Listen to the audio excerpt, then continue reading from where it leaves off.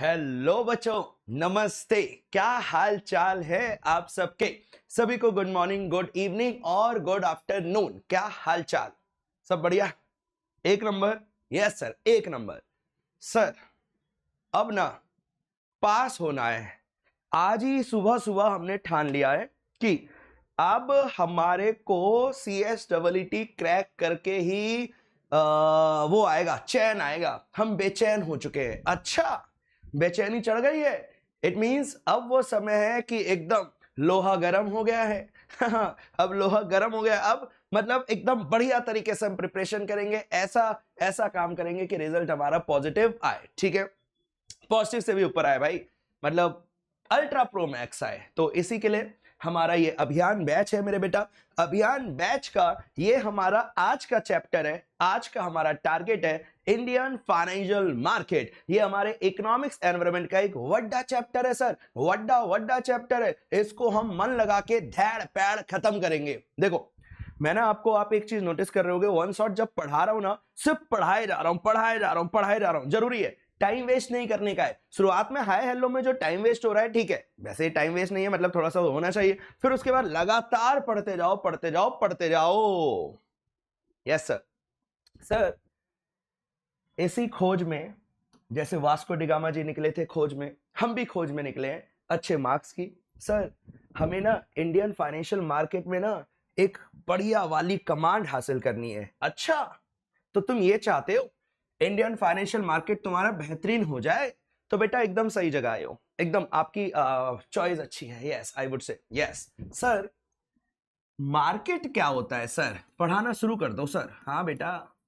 Sir market क्या होता है सर? बेटा कोई भी मार्केट एक ऐसी जगह होती है जिथे हमारे बायर एंड सेलर मीट करते हैं to exchange various goods and service. Right sir, आपकी बात में दम है सर। एक ऐसी जगह जहां बायर्स एंड सेलर्स मीट करते हैं गुड्स एंड सर्विसेज को लेन और देन करने के लिए, उस जगह को हम प्राउडली कह सकते हैं कि सर वो हमारा मार्केट है। राइट सर, मैं मानता हूं इस बात को, एकदम सही बात बोली आपने। बट मेरे बेटा, हम ये जो हमने मार्केट की मीनिंग पढ़ी, ये तो एक नॉर्मल पॉइंट ऑफ व्यू से पढ़ी मार्केट। अब ना मार्केट कैन बी क्लासिफाइड मेरे बेटा, market can be classified into various bases on the basis of various you can say कि बहुत सारे alternatives basis पे आप मार्केट को बांट सकते हो। लाइक सर फॉर एग्जांपल हम on the basis of geography बांट सकते हैं।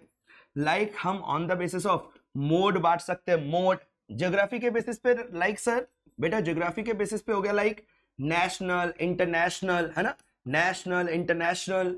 मोड के बेसिस पे हो गया लाइक सर ऑनलाइन ऑफलाइन। इसके अलावा बेटा और भी बहुत सारे मोड हो सकते हैं। लाइक सर वॉल्यूम के बेसिस पे होता है ना, वॉल्यूम मतलब सर आवाज नहीं बेटा, क्वांटिटी। इसके बेसिस पे अपन रिटेल, होलसेल, ऐसे करके ना अलग अलग बेसिस बढ़ते हैं, जिनमें से एक बेस होता है हमारा फाइनेंशियल मार्केट, जहां पैसों का लेन देन होता है, नेचर ऑफ ट्रांजैक्शन का लेन देन होता है। यहां कोई फल फूल सब्जी ये सब कुछ नहीं बिक रहा। यहां पे हमारा फाइनेंशियल मार्केट है, यहां पे फाइनेंशियल सिक्योरिटीज, फाइनेंशियल एसेट का लेन देन हो रहा है। तो बेटा हमें मार्केट तो पढ़ना है बट हमारा जो टारगेट है ना सर, बेटा नोट्स यहां पे मिलेंगे, हमारे को अच्छे से पता है वन शॉट के, ठीक है।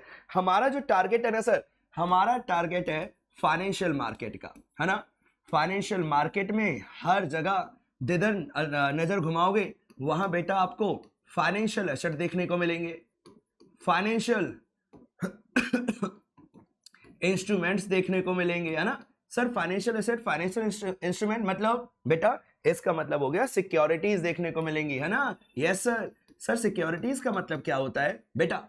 सिक्योरिटी कॉन्ट्रैक्ट रेगुलेशन एक्ट सिकरा कहता है कि सिक्योरिटीज में बहुत सारी चीजें आती हैं। लाइक सर इसमें आंदा है शेयर, इसमें आंदा होंदा सी डिवेंचर, इसमें आंदा है बॉन्ड्स, इसमें आंदा है डेरिवेटिव्स, इसमें आता है म्यूचुअल फंड की यूनिट्स।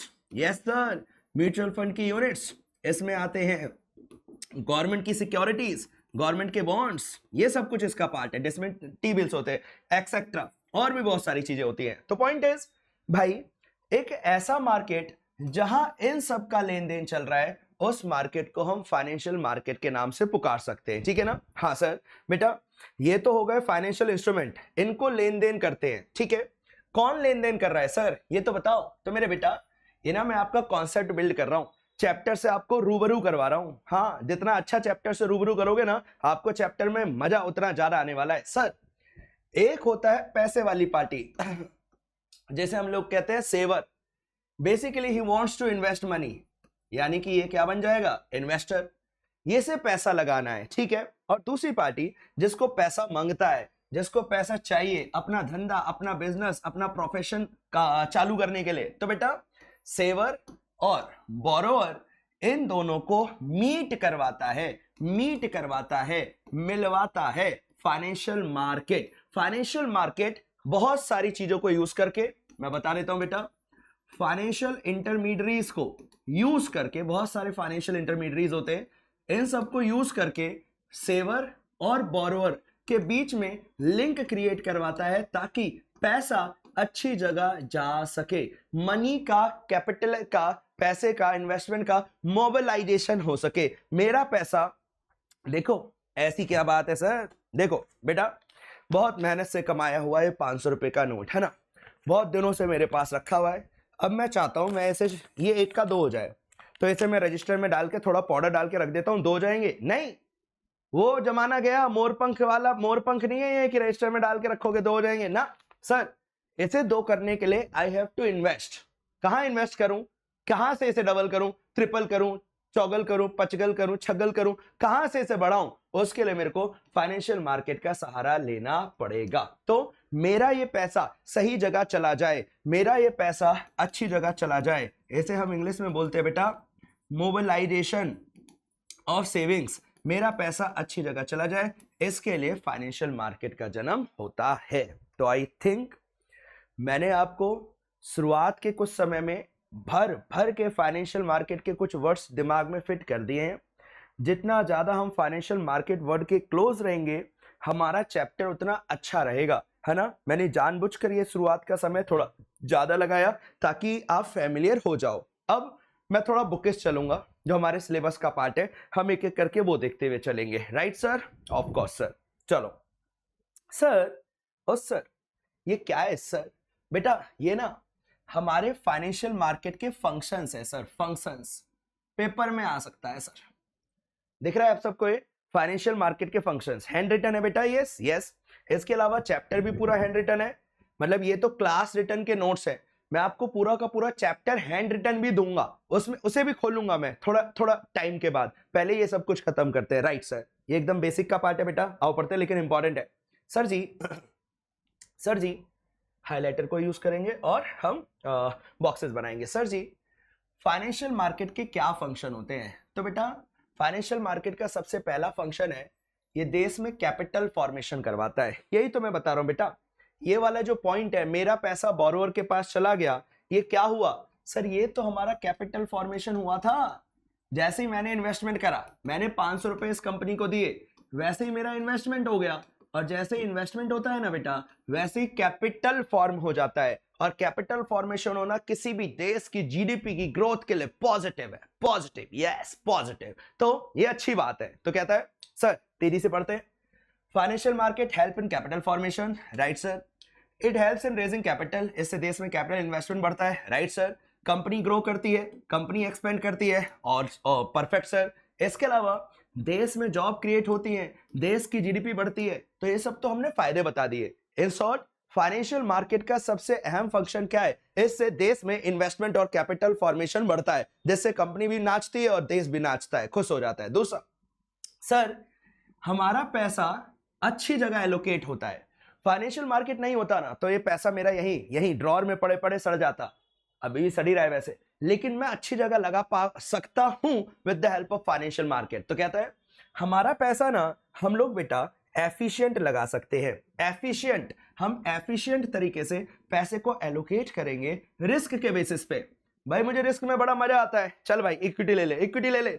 मेरे को रिस्क में और मजा आता है, चल डेरिवेटिव ले ले, डेरिवेटिव ले ले। रिस्क में मजा नहीं आता, चल ठीक है डिवेंचर ले ले, सरकार की गवर्नमेंट बॉन्ड्स ले ले। इट मींस मेरे रिस्क के बेसिस पे, मेरे रिस्क प्रोफाइल के बेसिस पे मैं पैसा कहां लगाऊं, ये फाइनेंशियल मार्केट हेल्प कर रहा है सर। इसके अलावा फाइनेंशियल मार्केट हेल्प करता है इन्वेस्टमेंट करने में अलग अलग सेक्टर्स में, keeping in mind the returns, मुझे कितना मुनाफा होएगा, कितना रिस्क है, मैं अच्छी तरीके से अपना डिसीजन ले पाऊंगा। शॉर्ट में बोलूं बेटा, मेरा ना कैपिटल एलोकेशन का डिसीजन बेहतरीन हो जाएगा, डिसीजन मैं बेटर ले पाऊंगा। क्यों? क्योंकि फाइनेंशियल मार्केट है। अगर नहीं होता तो धड़ाम हो जाता, कोई फायदा नहीं था।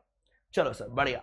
सर जी इसके अलावा और बताओ ना सर, मजा आ रहा है, आओ बेटा और मजे करते हैं। Sir share debenture bond securities जैसे अपन ने बोला, इन सबके ना प्राइस होते हैं। जस्ट लाइक इस रिमोट का प्राइस होगा, जस्ट लाइक इस बोतल का प्राइस होगा, जस्ट लाइक इस पेन का प्राइस होगा, जस्ट लाइक इस टी शर्ट का प्राइस होएगा। ऐसे ही हमारे फाइनेंशियल सिक्योरिटीज के भी ना प्राइस होते हैं। और प्राइस पता लगाने के लिए बेटा दो चीजें होती हैं, एक डिमांड वार एंड एक सप्लाई वार।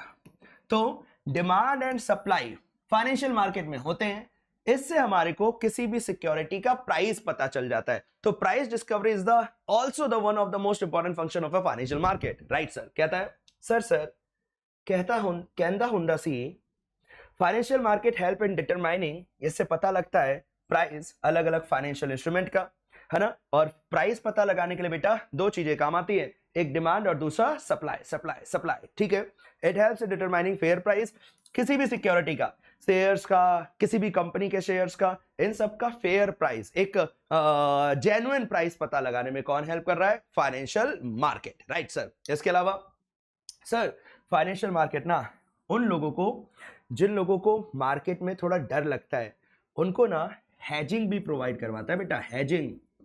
हेजिंग का मतलब होता है रिस्क से बचना या रिस्क से लड़ना, रिस्क को कम करना, रिस्क को कम करने में हेल्प करवाता है फाइनेंशियल मार्केट।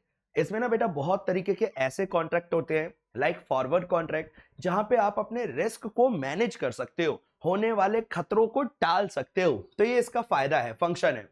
फाइनेंशियल मार्केट में बहुत सारे टूल्स हैं जो आपको रिड्यूस और मैनेज करने में हेल्प करते हैं रिस्क को। रिड्यूस और मैनेज नॉर्मल इंग्लिश के वर्ड है, रिस्क के साथ सबसे अच्छा वर्ड कम करने के लिए लगता है मिटिगेट।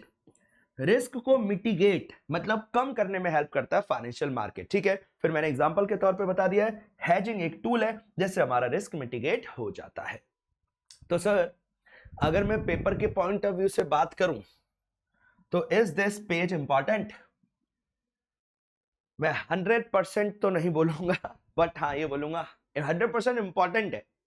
पेपर में आएगा नहीं आएगा, चांसेस हैं आने के, बट इंपॉर्टेंट की कैटेगरी में तो ये या एकदम। देखो मेरा हाथ भी अब स्क्रीन से भी कट रहा है, इतना ऊपर है। चलो सर आगे बढ़ते हैं। जैसे बेटा मैं ना लाइन से बुक के हिसाब से नहीं चल रहा, मैं टॉपिक को ऊपर नीचे करके करवाने वाला हूं, कंटेंट सारा करेंगे, डोंट वरी, है ना। बड़ी क्लास होगी ये थोड़ी सी। चलो सर जब आप बैंकिंग सेक्टर उठाओगे ना हमारे फाइनेंशियल मार्केट में, तो आपको देखने को मिलेगा बैंक पहले के जमाने में आज काफी ग्रो कर चुके हैं।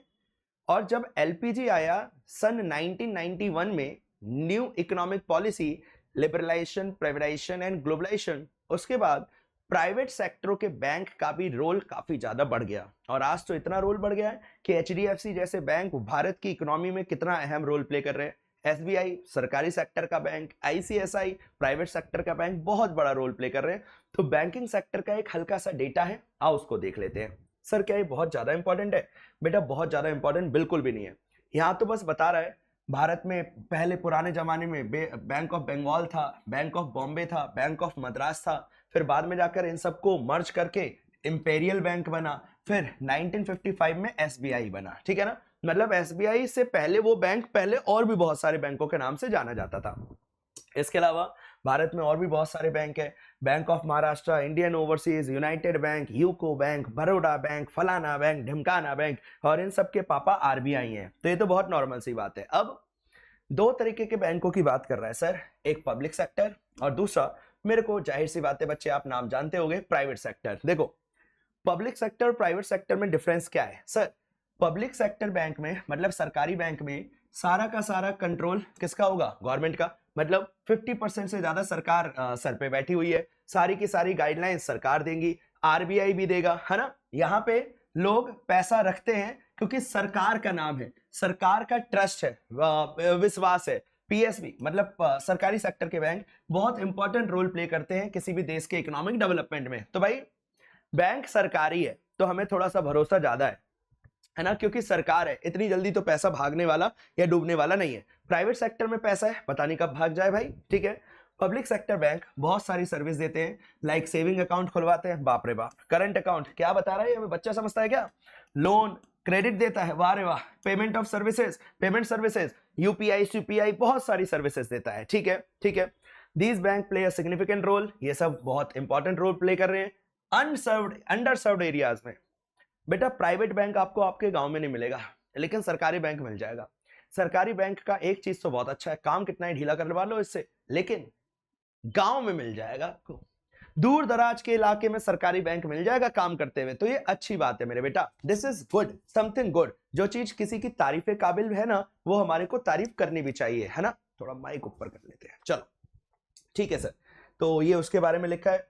बेटा मैं कोशिश यही कर रहा हूं कि आपको हर पॉइंट के बारे में इनफ नॉलेज दे दूं कि आपका ये फुल फ्लैश तरीके से चैप्टर रिवाइज हो जाए। जिसमें बच्चों को डर ज्यादा होता है, अगर हम उसमें आपको कॉन्फिडेंस ज्यादा दे गए तो ये हमारे लिए तो बेहतरीन हो गया ना, ठीक है। सर प्राइवेट सेक्टर के बैंक क्या होते हैं, बेटा यहाँ पे ना पब्लिक शेयर होल्डर्स होती हैं, इनके ऊपर भी आरबीआई के सारे रूल्स एंड रेगुलेशन लगते हैं, नो डाउट, है ना। आरबीआई सारी बातें इस पे भी अपनी थोपता है, लेकिन सरकार इसमें कंट्रोल नहीं रखती है, ठीक है। सरकार का कोई रोल नहीं है, सारा का सारा रोल आरबीआई है। इसके अलावा और भी बहुत सारी रेगुलेटरी अथॉरिटीज है, वो इस पे नजर रखती है। जैसे अगर बैंक लिस्टेड है तो सेबी भी इन पे नजर रखेगा।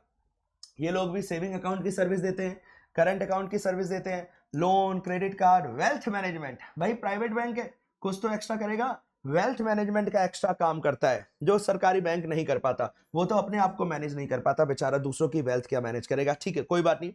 वेल्थ मैनेजमेंट में सर्विस देता है, इन्वेस्टमेंट बैंकिंग की सर्विस देता है। आजकल के प्राइवेट सेक्टर के बैंक तो इंश्योरेंस की भी सर्विस दे रहे हैं। इन्होंने तो अपना काम ही कहां तक फैला लिया है, लॉकर सॉकर पता नहीं, बहुत सारी सर्विस देते हैं। इनकी खास बात यह है, यहां लाइन नहीं लगती, यहां सर्वर डाउन नहीं होते, यहां काम मिनटों में होते हैं, सरकारी बैंक से एकदम परे। फिर प्राइवेट सेक्टर बैंक 1990s में मेन इनका रोल आया बेटा, है ना। जब 1991 में एलपीजी आया, लिबरलाइजेशन, प्राइवेटाइजेशन, ग्लोबलाइजेशन आया, और फिर बता रहा है कुछ बैंकों के नाम बता रहा है, तो आप ये बैंक लिखो या फिर कोई भी प्राइवेट सेक्टर का बैंक लिख सकते हो। लाइक सबसे बड़ा तो बेटा प्राइवेट सेक्टर में ओवरऑल पूरे बैंकिंग इंडस्ट्री में सबसे बड़ा बैंक एचडीएफसी है, बैंकिंग इंडस्ट्री में सबसे बड़ा बैंक एचडीएफसी है, सरकारी बैंकों में सबसे बड़ा एसबीआई है, ध्यान रखना, एसबीआई सबसे बड़ा बैंक नहीं है, उससे बड़ा एचडीएफसी है, ठीक है। तो एचडीएफसी है, हम प्राइवेट बैंकों की बात कर रहे हैं। इसके अलावा एक्सिस है, इसके अलावा आईसीआईसीआई, हाँ, इसके अलावा yes bank, standard chartered bank, ये सारे बेटा सरकारी बैंक है, ठीक, सॉरी प्राइवेट बैंक है, ओके। तो ये हमारा बैंक का एक पॉइंट था। आओ शुरू करते हैं अगला पॉइंट, ठीक है। मैं फिर से कह रहा हूं, हम लाइन टू लाइन नहीं चल रहे हैं, मैं आपकी बुक के, इंस्टीट्यूट की बुक के हिसाब से नहीं चल रहा, हम टॉपिक बुक के सारे कवर करेंगे, बट थोड़ा सा हैप-हैज़र्ड तरीके से आपके सारे कंटेंट रिवाइज करेंगे, ओके। चलो सर, ये ना चैप्टर के एकदम लास्ट में दिया हुआ है MSME, micro, medium and small. ए यार पहले स्मॉल है, micro, small and medium, medium enterprise, yes medium. Sir ये ना देश के लिए बहुत जरूरी होते हैं, जितने ज्यादा एमएसएमई फलेंगे फूलेंगे, देश की तरक्की उतनी ज्यादा होने वाली है। तो सरकार इनको, इनके लिए ना, मतलब जो करना है करो, तुम खुश रहो यार, तुम आबाद रहो। एमएसएमई के लिए तो इतना सरकार दिल खोल के रखती है। तो पहले तो देख लेते हैं एमएसएमई बनने के लिए आपका टर्नओवर वनओवर कितना होता है। हर कोई एमएसएमई नहीं होता बेटा। माइक्रो बनने के लिए आपका इन्वेस्टमेंट प्लांट मशीनरी इन सब में 2.5 करोड़ तक का होना चाहिए, इससे ज्यादा नहीं। साथ में एंड दोनों कंडीशन सेटिस्फाई होनी चाहिए। आपका सालाना टर्नओवर 10 करोड़ से ज्यादा नहीं होना चाहिए। दोनों फुलफिल हुआ तो आप माइक्रो कहलाओगे, एक भी छूट गया तो अब आप माइक्रो नहीं स्मॉल में आ जाओगे। Investment in plant and machinery या इक्विपमेंट में 25 करोड़, 25 करोड़ से ज्यादा इन्वेस्टमेंट नहीं होना चाहिए प्लांट एंड मशीनरी में। एंड इंग्लिश वाला एंड मतलब दोनों कंडीशन सेटिस्फाई होनी चाहिए। टर्नओवर 100 करोड़ से ज्यादा नहीं। अगर कोई एक भी क्रॉस हो गया तो फिर आप मीडियम में आ जाओगे। मीडियम में आओगे तो प्लांट एंड मशीनरी इक्विपमेंट में आपके 125 करोड़ से ज्यादा नहीं होने चाहिए। एंड मतलब दोनों कंडीशन सेटिस्फाई होनी चाहिए। टर्नओवर 500 करोड़ से ज्यादा नहीं होना चाहिए। इन शॉर्ट जिस भी कंडीशन को आपने फुलफिल कर दिया उस हिसाब से आप उस वाली कैटेगरी में फॉल कर जाओगे। सर क्या ये लिमिट याद करके जानी है पेपर में? तो yes please remember the limits. Remember हो गया, रैम्बर। बताओ जी sir, please remember the limits. ये हमारे लिए इंपॉर्टेंट है, ठीक है। फिर इनको ठीक करने के लिए सरकार ने क्या क्या किया? तो बेटा लिखा हुआ है, in a significant step towards integrating informal micro enterprise into the formal. सरकार ने ऐसे फॉर्मल का पार्ट बनाने के लिए एक उद्यम असिस्ट पोर्टल खोला है, ठीक है। मतलब उद्यम लॉन्च करा है। उद्यम में ना हर छोटे बिजनेस खुद को वो करवा सकते हैं रजिस्टर। बहुत आसान होता है बेटा, ऑनलाइन है सारा का सारा। और फिर उसके बाद इसमें रजिस्टर करवा के फायदा ये है कि आपको बैंकों से लोन, बैंकों से लैंडिंग बहुत इजीली मिल जाती है। तो उद्यम पोर्टल खोले। और भी बहुत सारी स्कीम्स है जिसे मैं पढ़ाऊंगा। अभी बस मुझे आपको ये बताना था कि एमएसएमई क्या होता है। बताओ भाई, बताओ, यहां तक क्लियर है क्या? सर जो भी होता जा रहा है वो अच्छे से होना चाहिए, सीधी सी बात है। फाइनेंशियल मार्केट की पहले हमने मीनिंग समझी है, पूरा उसका जो जो कतरा कतरा हो सकता था वो सब कुछ करा है। फाइनेंशियल मार्केट की यहाँ पे जो मैंने आपको इंग्लिश में वर्ड बोले थे ना वो यहाँ लिखे हुए हैं। मैंने बस ये समझा दिया था, ये रीड नहीं कराया। बोलोगे तो चलो मैं एक बार ना तेजी से रीड करवा देता हूँ। फाइनेंशियल मार्केट वो होता है जहां बायर और सेलर मीट करते हैं फाइनेंशियल एसेट को खरीदने बेचने के लिए। ये मैंने आपको पढ़ा दिया है। यहाँ पे इन्वेस्टर लोग पैसा इन्वेस्ट करते हैं अलग अलग सिक्योरिटीज में। कंपनियां अपना कैपिटल रेस कर पाती हैं। कंपनियों को मार्केट में कैपिटल रेस करने के लिए आईपीओ का ऑप्शन होता है, एफपीओ का ऑप्शन होता है ना। ये मार्केट में लोगों को लिक्विडिटी प्रोवाइड करवाता है, कैश में कन्वर्ट करना आसान हो जाता है। यहाँ पे अलग अलग टाइप की सिक्योरिटीज होती है, लाइक शेयर, डिवेंचर, बॉन्ड, ये सब कुछ होता है। मैंने ये सब कुछ पढ़ा दिया है बेटा, सारा पढ़ा दिया था, बस प्रॉपर लिखा हुआ नहीं था, यहाँ लिखा हुआ है, ठीक है। फिर बहुत तरीके के मार्केट होते हैं, हम पढ़ेंगे, हमारे सिलेबस में सारे हैं। यहाँ तो 4 एग्जाम्पल लिखे ना, 8 तरीके के मार्केट है हमारे सिलेबस में। कैपिटल मार्केट, कैपिटल मार्केट के अंदर भी 2, स्टॉक मार्केट, बॉन्ड मार्केट, फिर commodity market, money market, crypto currency market, forex market, inter bank lending market, ऐसे करके डेरिवेटिव मार्केट, ऐसे करके टोटल 8 मार्केट है हमारे सिलेबस में। जब वो आएगा जब देखेंगे, ठीक है। तो हमने मार्केट की पूरी मीनिंग ले ली है, मार्केट हमारे को पूरा समझ में आ चुका है। फाइनेंशियल मार्केट के फंक्शन हमारे को डन है। हमारे को बैंकों की नॉलेज ओके है, पेपर में अगर आएगा तो हम लपेट देंगे, इसे उधेड़ के रख देंगे। देन एमएसएमई होती क्या है वो अब हमारे को क्लियर है। एमएसएमई के विकास के लिए ना एक कानून भी बना हुआ है, एमएसएमई डेवलपमेंट एक्ट 2006। ये एमएसएमई के लिए ही बना हुआ है बेटा, स्पेशली। ये किसी और के लिए काम नहीं करता, ये सिर्फ एमएसएमईज के लिए ही दिन रात सपने देखता है ना। अगर आपका ये डाउट आ रहा है सर इस लिमिट से भी ज्यादा हो गया फिर क्या होगा, फिर वो बेटा एमएसएमई का पार्ट नहीं बनेगी, फिर वो लार्ज एंटरप्राइज बन जाएगी। वो कोई एमएसएमई उसके ऊपर एप्लीकेबल, कानून एप्लीकेबल नहीं होने वाला है। बताओ बेटा, यहां तक का क्लियर है? Yes sir. चलो चलो, तो अब हम आगे बढ़ते हैं।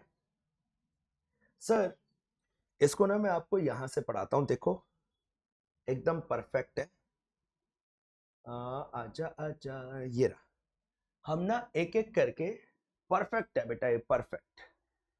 आपकी बुक में कैपिटल मार्केट में 3 वर्ड्स को डिटेल में लिखा हुआ है, इक्विटी शेयर्स, प्रेफरेंस शेयर्स और डिवेंचर। तीनों में सर, तीनों में, तीनों के फीचर्स, ये कुछ ज्यादा ही पतला हो गया, पहले कुछ ज्यादा ही मोटा था। तीनों के फीचर्स, तीनों के एडवांटेजेस और तीनों के डिसएडवांटेजेस। ये तो थी आम जिंदगी, अब आएगी मेंटोस जिंदगी। सर एडवांटेजेस में भी 2 हैं, हाँ, कंपनी के पॉइंट ऑफ व्यू से और इन्वेस्टर के पॉइंट ऑफ व्यू से। वाओ।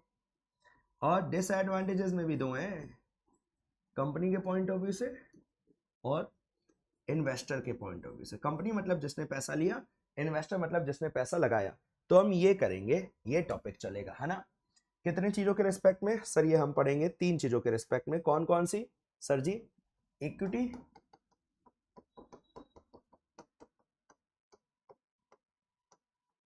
Preference and debentures. तीनों के रिस्पेक्ट में पढ़ेंगे, तीनों के रिस्पेक्ट में ये चलने वाला है, तीनों के रिस्पेक्ट में चलने वाला है। बताओ क्लियर है क्या?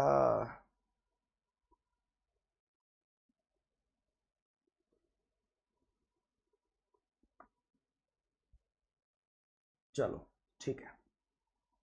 ये अगर टॉपिक हम बुक में ढूंढे तो किस नाम से मिलेगा सर? ये सारा का सारा पार्ट हमारा कैपिटल मार्केट, इसे हम कैपिटल मार्केट का पार्ट बोलेंगे। डन। आओ सर शुरू करते एक एक करके। सबसे पहले हम इक्विटी की बातें करते हैं, ठीक है? Right right sir. इक्विटी में अगर आपने कोई एक अच्छे से पढ़ लिया ना बेटा, तो दूसरे में आपको कोई दिक्कत आएगी नहीं, आप आराम से कर जाओगे। One of the most easiest topic है। अगर आपने 11th-12th में बिजनेस पढ़ी है तब तो आपको और आसान लगेगा। सर इक्विटी शेयर्स के फीचर्स, हाँ ये एडवांटेजेस है। फीचर्स नहीं है क्या यहाँ पे? ठीक है यार, फीचर्स ना गलती से रह गए, कोई बात नहीं, मैं यहाँ से पढ़ा देता हूँ, है हमारे पास सारा कंटेंट है। सर इक्विटी शेयर्स की खास बात क्या है? इसके कुछ कैरेक्टरिस्टिक फीचर्स। सर मैच्योरिटी, हाँ इनकी कोई मैच्योरिटी ना होती, इनका पैसा वापस ना मिलता कभी भाई, इनको इनके शेयर कैपिटल का पैसा कभी नहीं मिलता, बेचोगे तो आपको पैसा मिल जाएगा, इसके अलावा इनकी मैच्योरिटी का कुछ नहीं होता, लाइक डिवेंचर्स वगैरह में होता है। लिक्विडेशन होगा, कुछ बचेगा तो मिल जाएगा। क्लेम ऑन इनकम, भाई इनको सारा रेजिडुअल मिलता है, बचा बचाया सारे लोगों को, डिवेंचर प्रेफरेंस शेयर वालों को सब कुछ बांटने के बाद कुछ बचा तो इनको मिलेगा, वरना खाली हाथ घर जाएंगे। Sir claim on asset, again बचा बचाया मिलता है सर, रेजिडुअल क्लेम होता है कंपनी के असेट्स पे। प्रेफरेंस डिवेंचर बाहर क्रेडिटर सेटर सबको देने के बाद कुछ बचेगा तो ठीक, वरना इनको कुछ नहीं मिलेगा, खाली हाथ घर जाएंगे। बट सर इनके वोटिंग राइट भर भर के होते हैं। डिवेंचर तू निकल यहां से, प्रेफरेंस तू भी हट जाए यहां से, मैं डालेगा वोट। इक्विटी वाले के पास वोट की पावर, असल में मालिक है भाई, असली मालिक यही है। इनके पास हर मैटर में, कंपनी के हर अफेयर में, हर एक्टिविटी में घुसने की पावर है। They have the voting rights, है ना। जब आप सीएस एग्जीक्यूटिव में पहुंचोगे तो आप पढ़ोगे 4 तरीके से वोट डाल सकते हैं लोग, है ना। तो अभी मैं उसकी बात क्यों करूं, हम लॉ थोड़ी ना पढ़ रहे हैं। तो इन शॉर्ट सर इन लोगन की मैच्योरिटी ना होवे, सर इन लोगन को एक्स्ट्रा कुछ मतलब बचा बचाया मिले, सर इन लोगन को अगेन से बचा बचा मिले, फिर इन लोगों के पास वोटिंग राइट ना होवे है सॉरी होवे है, ठीक है, भर भर के होवे है, हर मैटर को लेकर इनके पास वोटिंग राइट होवे है, ठीक है। अब फायदा कंपनी के लिए, तो ये तो शायद यहां लिखा हुआ था, आजा आजा, हाँ एडवांटेज है इक्विटी शेयर का इन्वेस्टर वाला, कंपनी वाला नहीं है यार। चलो कोई बात नहीं, आ जाओ मैं यहां से पढ़ा देता हूं। सर कंपनी को क्या एडवांटेज है? तो पहला, equity share provide permanent capital, भाई इक्विटी वाला पैसा वापस थोड़ी ना लेने आएगा, परमानेंट कैपिटल का सोर्स है। दूसरा, the rate of dividend is not fix, भाई कोई भारी सरदर्द नहीं है, पैसा कमाएंगे प्रॉफिट कमाएंगे तो देंगे, वरना निकल निकल। मतलब इक्विटी कंपनी के हिसाब से सोचो, पैसा हुआ तो देंगे अदरवाइज नहीं देंगे, कुछ फिक्स लायबिलिटी नहीं है ना, बढ़िया। डिवेंचर में होता है नुकसान, देना ही देना है, अपना पेट काट के दो, चाहे प्रॉफिट नहीं है फिर भी देना पड़ेगा, लेकिन इक्विटी वालों को प्रॉफिट है तो देंगे अदरवाइज नहीं देंगे, कंपनी के लिए फायदा है, ठीक है।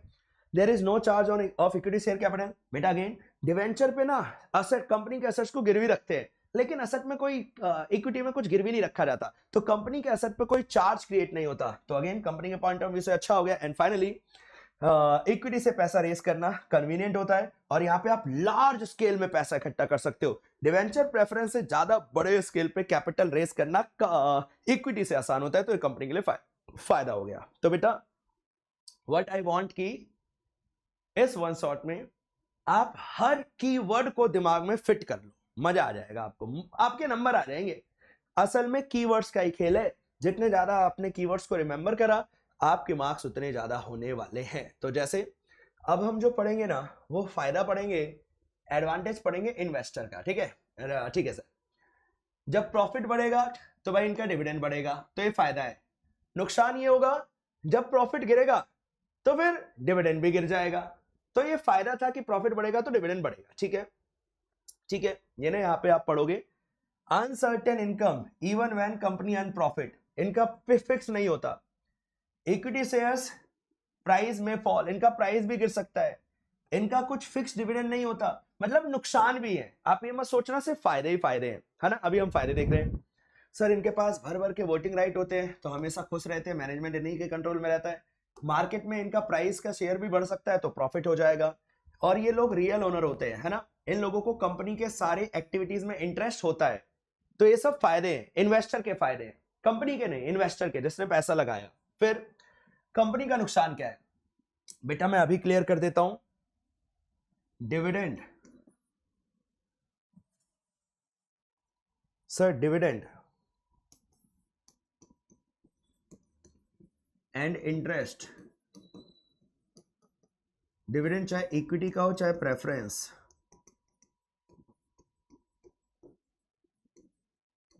दोनों ही ना टैक्स डिडक्टेबल नहीं होते, नॉट टैक्स डिडक्टेबल।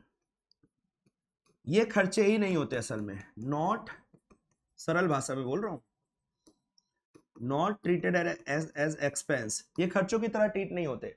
तो therefore no tax benefit, tax में कोई बेनिफिट, खर्चे होते तो टैक्सेबल प्रॉफिट कम आता, टैक्स कम आता, यहां कोई टैक्स बेनिफिट नहीं है। बट इंटरेस्ट ये एक प्योर एक्सपेंडिचर है कंपनी का, ये टैक्स डिडक्टेबल होता है। मतलब खर्चे की वजह से, इंटरेस्ट वाले खर्चे की वजह से हमारा टैक्स कम बनेगा, टैक्स कम बनेगा मतलब टैक्स में बेनिफिट है, टैक्स में बेनिफिट होता है इंटरेस्ट का। और इंटरेस्ट कहाँ होता है सर, इंटरेस्ट होता है डिवेंचर्स में, इंटरेस्ट होता है डिवेंचर में, और इक्विटी और प्रेफरेंस में होता है डिविडेंड। तो जब जब डिविडेंड है, जब टैक्स का बेनिफिट नहीं मिलेगा, जब इंटरेस्ट है, जब टैक्स का बेनिफिट मिलेगा। बोलो बेटा, डन है, राइट सर। तो यही वाला पॉइंट यहां लिखा हुआ है सर, हम ये वाला पॉइंट देख रहे थे। ये वाला क्या था, not tax deductible, tax deductible नहीं है, टैक्स का कोई बेनिफिट नहीं मिलेगा। क्यों? क्योंकि सर ये एक्सपेंडिचर की तरह ट्रीट नहीं होता। ठीक है। Equity cost of capital is high, बेटा कह रहा है इसे इश्यू करने की कॉस्ट थोड़ी ज्यादा होती है। अर्निंग पर शेयर कम हो सकता है, जैसे जैसे शेयर बढ़ेंगे, प्रॉफिट तो सेम है, शेयर ज्यादा अगर इश्यू हो गए तो हर व्यक्ति को अर्निंग पर शेयर, हर शेयर का जो प्राइस अर्निंग है, ईपीएस कहते हैं बेटा इसे, वो कम हो जाएगा। देन अगर बोरोइंग्स होता तो ट्रेडिंग ऑन इक्विटी का एडवांटेज मिलता, इक्विटी है देयरफॉर ट्रेडिंग ऑन इक्विटी का बेनिफिट नहीं मिलेगा। ट्रेडिंग ऑन इक्विटी का बेनिफिट जब अराइज होता है जब कंपनी के पास इक्विटी भी है और डिवेंचर भी है। अगर सिर्फ और सिर्फ इक्विटी है फिर आपको ट्रेडिंग ऑन इक्विटी का बेनिफिट नहीं मिलने वाला है। तो no advantage of trading on equity, तो ये नुकसान हो गया सर। और इन्वेस्टर के पॉइंट ऑफ व्यू से नुकसान, बेटा कुछ डिविडेंड मिलता है लेकिन फिक्स नहीं है, फिक्स नहीं है तो नुकसान। इनकम अनसर्टेन है, कभी मिलेगा कभी नहीं मिलेगा। इक्विटी का शेयर का प्राइस बढ़ सकता था, फायदा है, गिर सकता है, नुकसान भी हो सकता है। इसके अलावा जब कंपनी का लिक्विडेशन होता है तो इन्हें लेफ्ट आउट पोर्शन मिलता है, बचा बचाया मिलता है। तो बचा बचाया मिलता है, किसी को भी बचा बचाया मिल रहा है, बोलो उसे अंदर से अच्छा लगेगा या बुरा? हो सकता है बुरा लगे, तो ये उसका नुकसान हो गया। ठीक है सर, इक्विटी खत्म होता है हर एंगल से। अब आता है प्रेफरेंस। प्रेफरेंस शेयर्स के फीचर्स, बेटा ये हाइब्रिड है, इक्विटी और डिवेंचर्स दोनों के गुण है इसमें। इनको इनकम पे क्लेम फिक्स रेट का मिलता है, इनको इक्विटी से पहले पैसा मिल जाता है, फिक्स मिलता है, फिक्स। आपने सुना होगा 10% प्रेफरेंस शेयर, 12%, तो इनका डिविडेंड, ये जो परसेंट होता है ना, ये इनका डिविडेंड होता है, फिक्स मिलता है। ठीक है। क्या इनका कोई कंपनी के एसेट्स पे क्लेम होता है? बेटा इनको रिपेमेंट में प्रायोरिटी मिलती है, सब कुछ इक्विटी वालों से पहले मिलता है, इक्विटी वालों से पहले मिलता है, डिवेंचर वालों से पहले नहीं मिलता, इक्विटी वालों से पहले मिलता है, इसलिए इनका नाम ही है preference. Preference over what? Preference over debenture? No, preference over equity, right sir. इनके पास वोटिंग राइट होते हैं क्या? ना के बराबर, बस वही इनके वोटिंग राइट जन्म होते हैं जहां इनके राइट अफेक्ट होते हैं, अदरवाइज इनके पास कोई वोटिंग राइट नहीं होता। अब सर कंपनी को क्या फायदा है? बेटा अगेन जस्ट लाइक इक्विटी, यहां पे भी कोई असेट गिरवी नहीं देना होता, कंपनी को फायदा है। कंपनी को लॉन्ग टर्म का पैसा मिल जाता है, कंपनी को फायदा है। इश्यू करने की कॉस्ट कम होती है, कंपनी को फायदा है। फिक्स्ड डिविडेंड देने की कोई लायबिलिटी नहीं है, प्रॉफिट नहीं है तो देने की जरूरत नहीं, अगले साल दे देंगे, बर्डन नहीं है। इनके पास वोटिंग राइट नहीं होता तो कंपनी का कंट्रोल बना रहता है, कंपनी का कंट्रोल डाइल्यूट नहीं होता, डाइल्यूट मतलब मिनिमाइज नहीं होता, तो कंपनी के लिए अच्छा है। इन्वेस्टर के लिए क्या अच्छा है, डिविडेंड फिक्स होता है तो लगातार इनकम मिलती है। रिपेमेंट के टाइम पे इक्विटी वालों से पहले मिलता है, डिविडेंड इक्विटी वालों से पहले मिलता है। वोटिंग राइट भी मिल जाते हैं अगर इनके राइट अफेक्ट हो रहे हैं, तो कुछ कुछ जगह पे वोटिंग राइट है, फायदा है, ठीक है। नुकसान, सर कंपनी को क्या नुकसान है बेटा, बाकियों के कंपैरिजन में, डेब्ट के कंपैरिजन में थोड़ा महंगा है। अर्निंग पर शेयर इक्विटी वालों की कम हो जाती है, तो कंपनी को नुकसान है ना, कंपनी के असली मालिक को कम पैसा मिलेगा। अगर कंपनी ने डिविडेंड पे करने में लेट करा तो कंपनी की मार्केट पोजीशन खराब हो सकती है। डिविडेंड टैक्स डिडक्टेबल नहीं होता, इसलिए नो टैक्स बेनिफिट, ये इक्विटी वाला सेम था। फिर इन्वेस्टर को क्या नुकसान है बेटा, कोई वोटिंग राइट नहीं मिलता, मतलब बहुत कम मिलते हैं। रेट ऑफ डिविडेंड बहुत कम होता है, इक्विटी वाले में तो भर भर के भी मिल सकता है, क्योंकि बचा बचाया सारा भी मिल सकता है, लेकिन इनका फिक्स होता है। इनका no charge over assets of company, ये नुकसान क्यों हुआ कि अगर कल को पैसा डूब गया तो कुछ बेच के रिकवर नहीं होगा। डिवेंचर में कल को कुछ कंपनी को हुआ, असेट कंपनी के बेच के पैसा रिकवर हो जाएगा, यहां रिकवर नहीं हो सकता, और इन्हें सिर्फ इन्वेस्टेड पैसा वापस मिलेगा, कोई सरप्लस नहीं मिलता, जो लगाया है बस वो मिलेगा। इक्विटी वालों को सारा मिल जाता है बचा बचाया, लेकिन अगर बचा है तो, लेकिन इन्हें वही मिलेगा जो इन्होंने लगाया था, इन्हें सरप्लस नहीं मिलता, तो इनके लिए नुकसान हो गया, ठीक है। सर डिवेंचर्स के फीचर, बेटा इनकी मैच्योरिटी होती है, फिक्स समय के लिए होता है, सर्टेन। इनका क्लेम ऑन इनकम कुछ नहीं होता, इन्हें फिक्स रेट ऑफ इंटरेस्ट मिलता है, सरप्लस में कोई हिस्सेदारी नहीं है।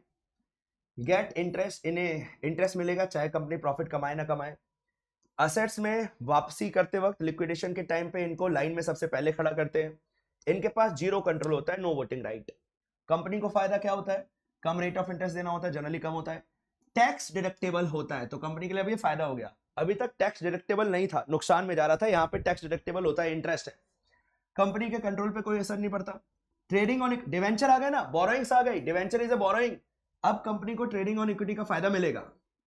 हेज, भाई फ्यूचर में इन्फ्लेशन से हेज मिल जाता है, सिक्योरिटी मिल जाती है, क्योंकि इन्हें फिक्स इंटरेस्ट देना है, महंगाई हो भी जाएगी फिर भी मेरे ऊपर असर नहीं पड़ेगा, मुझे फिक्स देना है, तो कंपनी के लिए फायदा है। इन्वेस्टर के लिए फायदा क्या है, सेफेस्ट है, पक्का पक्का मिलेगा, फिक्स्ड इनकम मिलेगी, सिक्योरिटी भी है, नहीं मिलेगी तो तुम्हारे को बेच के खा जाऊंगा, मतलब तुम्हारा बेच के एसेट बेच के रिकवर कर लूंगा। डेफिनेट पेमेंट पीरियड है, कब कब मिलने वाला है मेरे को पहले से पता है। इंटरेस्ट प्रोटेक्टेड बाय, आपका हित, यहाँ इंटरेस्ट मतलब ब्याज नहीं है, इंटरेस्ट मतलब है हित, कंपनीज एक्ट आपके बारे में सोच रहा है, सेबी आपके बारे में सोच रहा है, तो आपको प्रोटेक्ट करने के लिए बहुत सारे लॉ हैं। डिसएडवांटेज कंपनी को क्या है बेटा, disadvantage legal of, fix interest देना ही है, आप इंटरेस्ट से भाग नहीं सकते, बाकी डिविडेंड में फिक्स नहीं है, यहां देना ही पड़ेगा चाहे कहीं से भी काट के दो, ठीक है। अगर आपकी कंपनी में डिवेंचर ज्यादा है तो मार्केट में आपकी रेटिंग थोड़ी कम हो जाती है, और स्टैंप ड्यूटी इश्यू करते वक्त स्टैंप ड्यूटी ज्यादा देनी होती है डिवेंचर इश्यू करते वक्त, तो नुकसान है। इन्वेस्टर को क्या नुकसान है, दूर दूर तक कोई वोटिंग राइट नहीं है, कोई सरप्लस में पार्टिसिपेशन नहीं मिलेगा, और मार्केट प्राइस फ्लक्चुएट करता है इंटरेस्ट रेट के साथ, तो इन शॉर्ट बहुत ज्यादा फायदेमंद नहीं है। अगर आपको सेफ सोर्स चाहिए तो डिवेंचर सबसे अच्छा माना जाता है, बस खत्म। सच बताता हूं, ये जो हमने चार्ट लिखा हुआ है, ये जो हमने जितना ये लिखा हुआ है, अगर आप इसे 1 पेज पे लिख लो, ऐसा कर लो जैसे मैं बता रहा हूं, 1 मिनट रुक जाओ,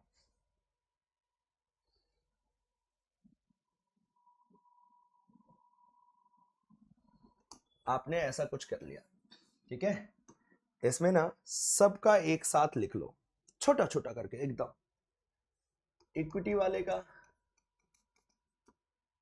फीचर्स, एडवांटेजेस, एडवांटेजेस कंपनी के, एडवांटेजेस इन्वेस्टर के, डिसएडवांटेजेस कंपनी के, डिसएडवांटेजेस इन्वेस्टर के, जस्ट लाइक इसके बाद सेम ऐसे प्रेफरेंस शेयर का फीचर्स, जैसे जैसे यहाँ पे जस्ट लाइक इसके बाद डिवेंचर्स, फीचर्स, फिर एडवांटेज इसको, डिसएडवांटेज इसको, उसको, अगर आप इसे ऐसे थोड़ा सा अरेंज कर लोगे ना, थोड़ी सी मेहनत लगेगी बेटा आपको, ये तो हमने लिखा हुआ है, इसको अगर आप थोड़ा सा और मेहनत करके अरेंज कर लोगे ना, अगर इस पे से क्वेश्चन आएगा, आपके फुल में से फुल मार्क्स आ जाएंगे बेटा, ऑलमोस्ट पूरे में से पूरे मार्क्स आने की संभावनाएं हैं।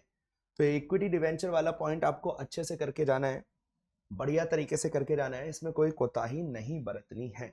बड़ा टॉपिक था ये, हमारा खत्म होता है। सर बड़ा चैप्टर है, मैं बार बार कह रहा हूँ। हमने फाइनेंशियल मार्केट पढ़ लिया, फाइनेंशियल मार्केट के फंक्शंस पढ़ लिए, हमने बैंकिंग सेक्टर की नॉलेज गेन कर ली, है ना। फिर उसके बाद हमने एमएसएमई देख लिया क्या होता है, उद्यम पोर्टल के बारे में जान लिया। देन उसके बाद बेटा अभी हमने ना शेयर कैपिटल मार्केट के अंदर 3 सिक्योरिटीज शेयर डिवेंचर बॉन्ड को डिटेल में पढ़ लिया है। बोलो बच्चों, क्लियर है क्या? यस सर, अच्छे से पढ़ो, मन लगा के पढ़ो, आराम से अच्छा स्कोर कर सकते हैं, आराम से। चलो बेटा आगे की तरफ देखते हैं। सर आगे क्या है मेरे बेटा? आगे है, आगे है IFCI। क्या है सर ये? मैं बताता हूं ना बेटा। जब देश को इंडिपेंडेंस मिला तो देश में ना बहुत मारा मारी थी, फंड्स ही नहीं थे, कैपिटल बहुत कम था, इन्वेस्टमेंट बहुत कम था। आज़ादी मिली थी 1947 में, बहुत बुरे हाल थे। इस प्रॉब्लम से बचने के लिए सरकार ने तुरंत 1948 में एक संस्था बना दी, IFCI, industrial finance corporation of India. जाओ पैसा बांटो, मतलब इन्वेस्टमेंट, कैपिटल फॉर्मेशन, लोन बांटो, देश में इंडस्ट्री सेटअप करो भाई। यही है IFCI, बस यही है सर। कहता है आजादी के बाद इंडियन कैपिटल मार्केट बहुत बुरे हालातों में था, कैपिटल बढ़ ही नहीं रहा था, डिमांड उसकी बढ़ रही थी लेकिन सप्लाई तो थी ही नहीं, एकदम खत्म पड़ा था। कमर्शियल बैंक ना के बराबर थे, उनकी इतनी औकात नहीं थी कि पैसा दे दे। तो उस टाइम पे इकोनॉमी की इस डिमांड सप्लाई के गैप को फुलफिल करने के लिए industrial finance corporation of India खोला गया। 1 जुलाई 1948 में एक संस्था बनाई गई, IFC, एक कानून भी बनाया गया, ठीक है। IFCI was the first development financial institution. इसको बनाया गया, ये लोग लोन देते हैं, पैसा देते हैं, एडवाइजरी देते हैं, अलग अलग सर्विसेज देते हैं ताकि देश में ग्रोथ की जा सके। फिर बेटा बाद में जाकर ना 1990 के आसपास इसको ना कंपनी में कन्वर्ट किया गया। तो अगर आज आप इसे सर्च करोगे ना, पहले ये एक स्टैट्यूटरी बॉडी थी लेकिन अभी एक कंपनी के फॉर्म में काम करती है। तो IFCI लिमिटेड बन चुके हैं, स्टॉक मार्केट में भी आप इसे सर्च कर सकते हो।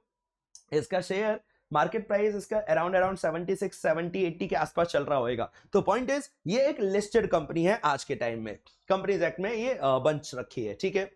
जब से इसका जन्म हुआ है IFCI का, जब से ये लगातार अलग अलग बिजनेस साइकिल को संभाल रही है, देश में हर तरीके के कॉपरेशन को संभाल रही है, सारे के स्टेक होल्डर्स को सपोर्ट कर रही है, भारत सरकार को सपोर्ट कर रही है, इंफ्रास्ट्रक्चर सेक्टर, इंडस्ट्रियल सेक्टर, हर किसी को एडवाइजरी दे रही है, पैसा दे रही है। ये सरकार की नोडल एजेंसी है। नोडल एजेंसी का मतलब होता है सरकार की सारी स्कीम्स पे लगातार नजर रखती है, कहीं कोई कमियां है, खामियां है तो उसको ठीक करवाती है। तो मतलब ये सर्वगुण संपन्न है, सरकार का बहुत सारा काम संभाल रही है। रियली सैल्यूट है ऐसी संस्था को, ठीक है, IFCI। फिर जब से ये पैराग्राफ बेटा सेम है, सिस्टमैटिक, ये ना एक NBFC है। NBFC मतलब बेटा, NBFC का मतलब ये पैसा लेते नहीं है, सिर्फ देते हैं। तो बच्चा पूछता है सर इनके पास लेते नहीं है, सिर्फ देने के लिए पैसा आता कहां से है? सर भारत सरकार पैसा देती है इन लोगों को, ठीक है। फिर IFCI मैंडेट करता है भाई, ये अलग अलग इंडस्ट्री को सपोर्ट करता है जो भी देश में काम किए, लाइक रोड बनाने के लिए, टेलीकॉम को प्रमोट करने के लिए, पावर मतलब बिजली के लिए, रियल एस्टेट के लिए, मैन्युफैक्चरिंग के लिए, सर्विस सेक्टर के लिए, अलग अलग एयरपोर्ट्स के लिए, अलग अलग इंपॉर्टेंट चीजों के लिए ये लोग पैसा लोन के तौर पे देते हैं, ठीक है। IFCI भारत सरकार को एडवाइजरी भी देता है। वाह कितना बड़ा हो चुका है, भारत सरकार का ये नोडल एजेंसी भी है। आत्मनिर्भर भारत अच्छे से काम कर रहा है या नहीं कर रहा उसको ऊपर भी ये नजर रखता है। इसके अलावा बस मेन तो यही है बेटा, कंसल्टेंसी भी देते हैं, कुछ एजुकेशनल, कुछ स्किल डेवलपमेंट के भी काम करवाते चलते हैं ताकि ओवरऑल देश का फायदा हो सके। विद द चेंजेस, जैसे जैसे IFCI आगे काम कर रहा है, IFCI ने कुछ अपनी सब्सिडरी कंपनी खोल दी है। इसके अलावा IFCI कुछ सोशल नेट सेक्टर में भी काम कर रहा है ना। कुछ कंपनियों के नाम है, ये सारे IFCI के सब्सिडरी है, नाम याद नहीं रखने।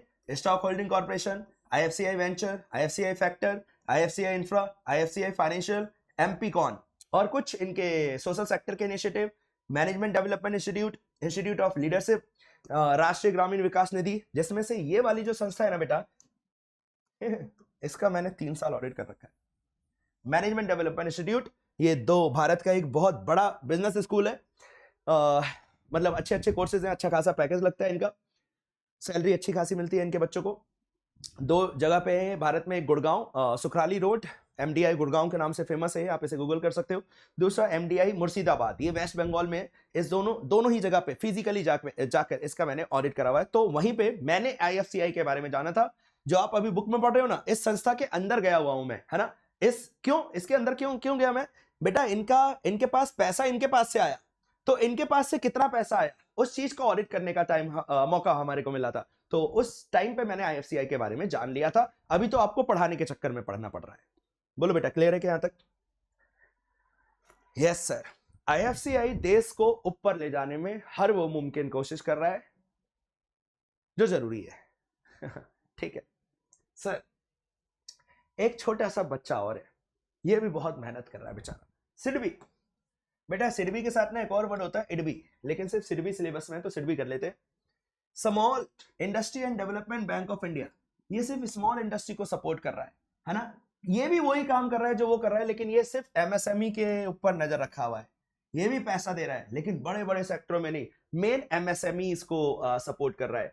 देश में गरीबी कम हो जाए, रोजगार बढ़ जाए, है ना, और एंटरप्रेन्योरशिप बढ़ जाए, ज्यादा से ज्यादा बिजनेस बढ़े, कंपटीशन बढ़ जाए एमएसएमई सेक्टर में, इन सबको लेकर सिडबी हेल्प करता है, पैसे देता है। सिडबी क्या कर रहा है, लगातार असिस्टेंस देता है, बहुत सारे लोगों को असिस्टेंस दिया है, डेटा याद नहीं रखना।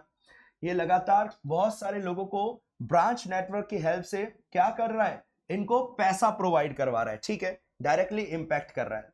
फिर लोन्स दे रहा है ना, क्वासी इक्विटी शेयर्स, इनको पैसा प्रोवाइड करवा रहा है। फिर सपोर्ट कर रहा है एग्जिस्टिंग और नए एंटरप्रेन्योर्स को, ताकि वो अच्छे से स्किलफुल होकर नए नए बिजनेस को सेटअप कर सके। तो इन शॉर्ट, छोटे लघु उद्योग, मीडियम इंटरप्राइजेस, स्मॉल इंटरप्राइजेस, इन सब में ज्यादा कारोबार बढ़े, देश में रोजगार बढ़े, देश में छोटी इंडस्ट्रीज को पनपने में हेल्प करवाने में जो योगदान है वो है सिडबी का, है ना। इसका नाम ही है ना, इसके नाम में छुपा हुआ है स्मॉल, ये सिर्फ स्मॉल इंडस्ट्रीज के लिए पैसा प्रोवाइड करवा रहा है। इसके अलावा इसने कुछ अपनी एसोसिएट कंपनी खोल रखी है जो एमएसएमई को इम्पीटस दे रहा है। इम्पीटस का मतलब होता है बेटा सपोर्ट दे रहा है, ठीक है, तो सपोर्ट इनका मेन काम है। इसके अलावा इन्होंने 1000 प्रोफेशनल लोगों की, जिसमें 22% वुमेन है, 40% SC STs वाली कैटेगरी वाले लोग हैं या ओबीसी वाले लोग हैं, इन लोगों को लगातार स्किल्स दे रहा है ताकि ये लोग अच्छे तरीके से बिजनेसेस कर सके। तो बेटा बैकवर्ड क्लासेस को ये सपोर्ट कर रहा है, ये छोटी इंडस्ट्रीज को सपोर्ट कर रहा है, ये इनका मेन काम है। काम आईएफसीआई वाला ही है, लेकिन ये छोटे लेवल पे काम कर रहा है, छोटी इंडस्ट्री को ज्यादा फोकस पे रखता है।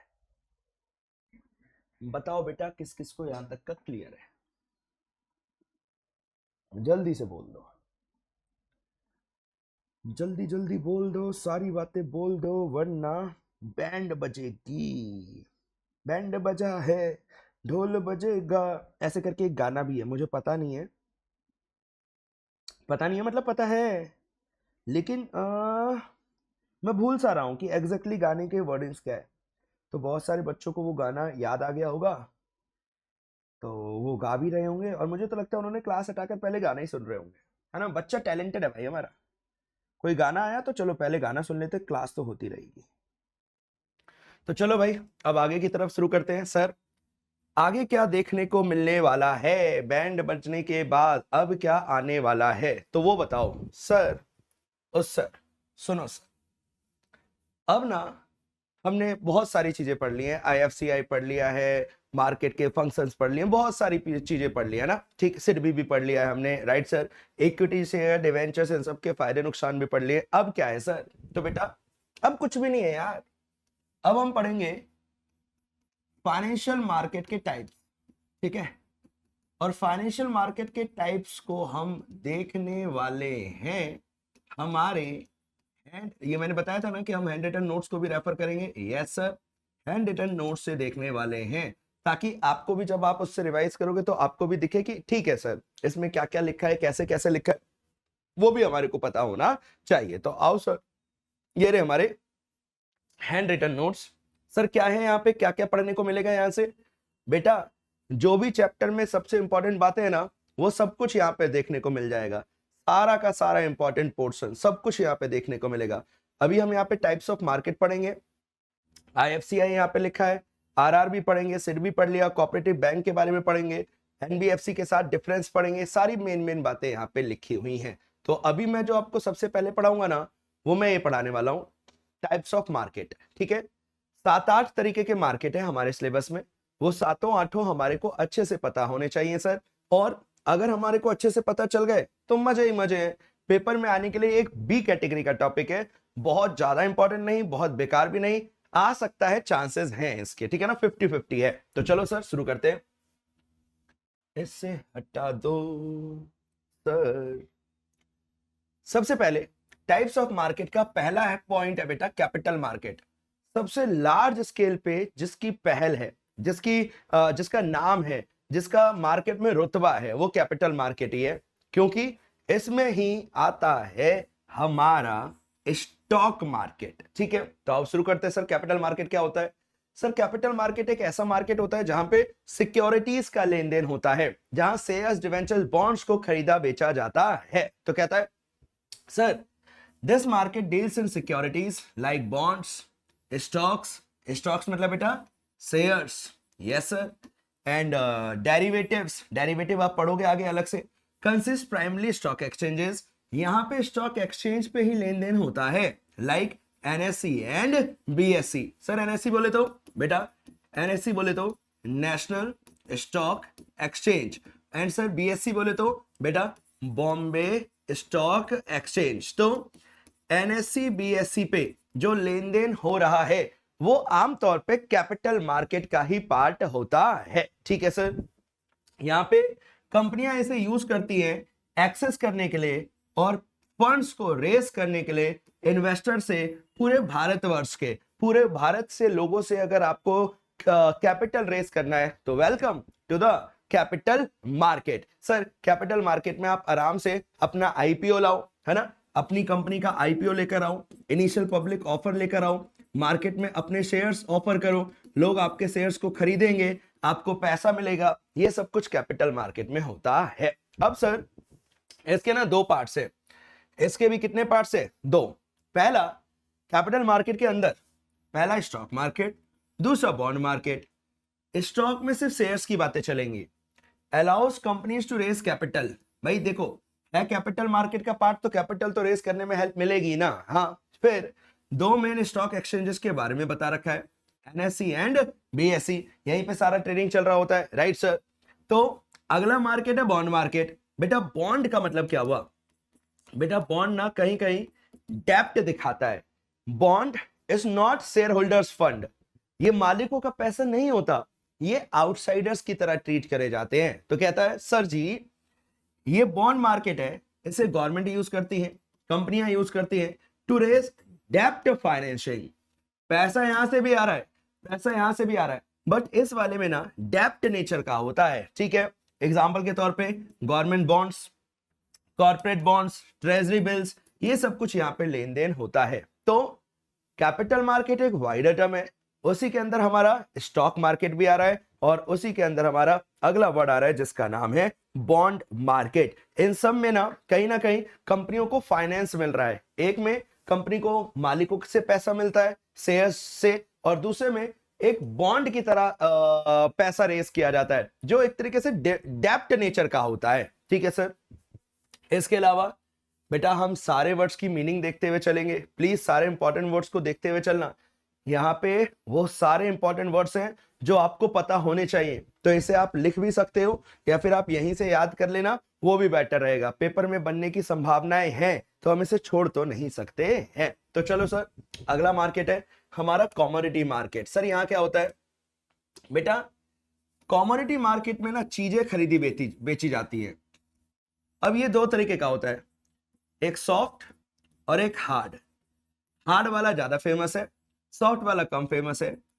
हार्ड वाले में आप में से अगर कोई स्टॉक मार्केट में रुचि रखता है तो उन्होंने शायद सुना होगा crude oil, aluminium, gold, silver, zinc, इन सबको खरीदा बेचा जाता है स्टॉक मार्केट पे ही। हाँ, वहीं पे कमोडिटी मार्केट करके एक ऑप्शन आ रहा होता है। तो कहता है trading of primary economic goods. यहाँ पे सॉफ्ट मार्केट में बेटा एग्रीकल्चर गुड्स की बातें होती है, और हार्ड मार्केट में क्रूड ऑयल या फिर गोल्ड सिल्वर इन सब की बातें होती है, सब लिखा हुआ मिलेगा आगे। कहता है यहाँ ट्रेडिंग होती है प्राइमरी इकोनॉमिक गुड्स की, लाइक एग्रीकल्चर के प्रोडक्ट्स की, मेटल्स की, ऑयल की, नेचुरल गैस की, है ना। मेटल्स में सब कुछ आ जाएगा, gold silver copper aluminium zinc सब कुछ, ठीक है। फिर एग्जांपल में दो लिखे हैं, एमसीएक्स हार्ड मार्केट के लिए, एनसीडीएक्स सॉफ्ट मार्केट के लिए। नीचे लिखा है हार्ड एंड सॉफ्ट।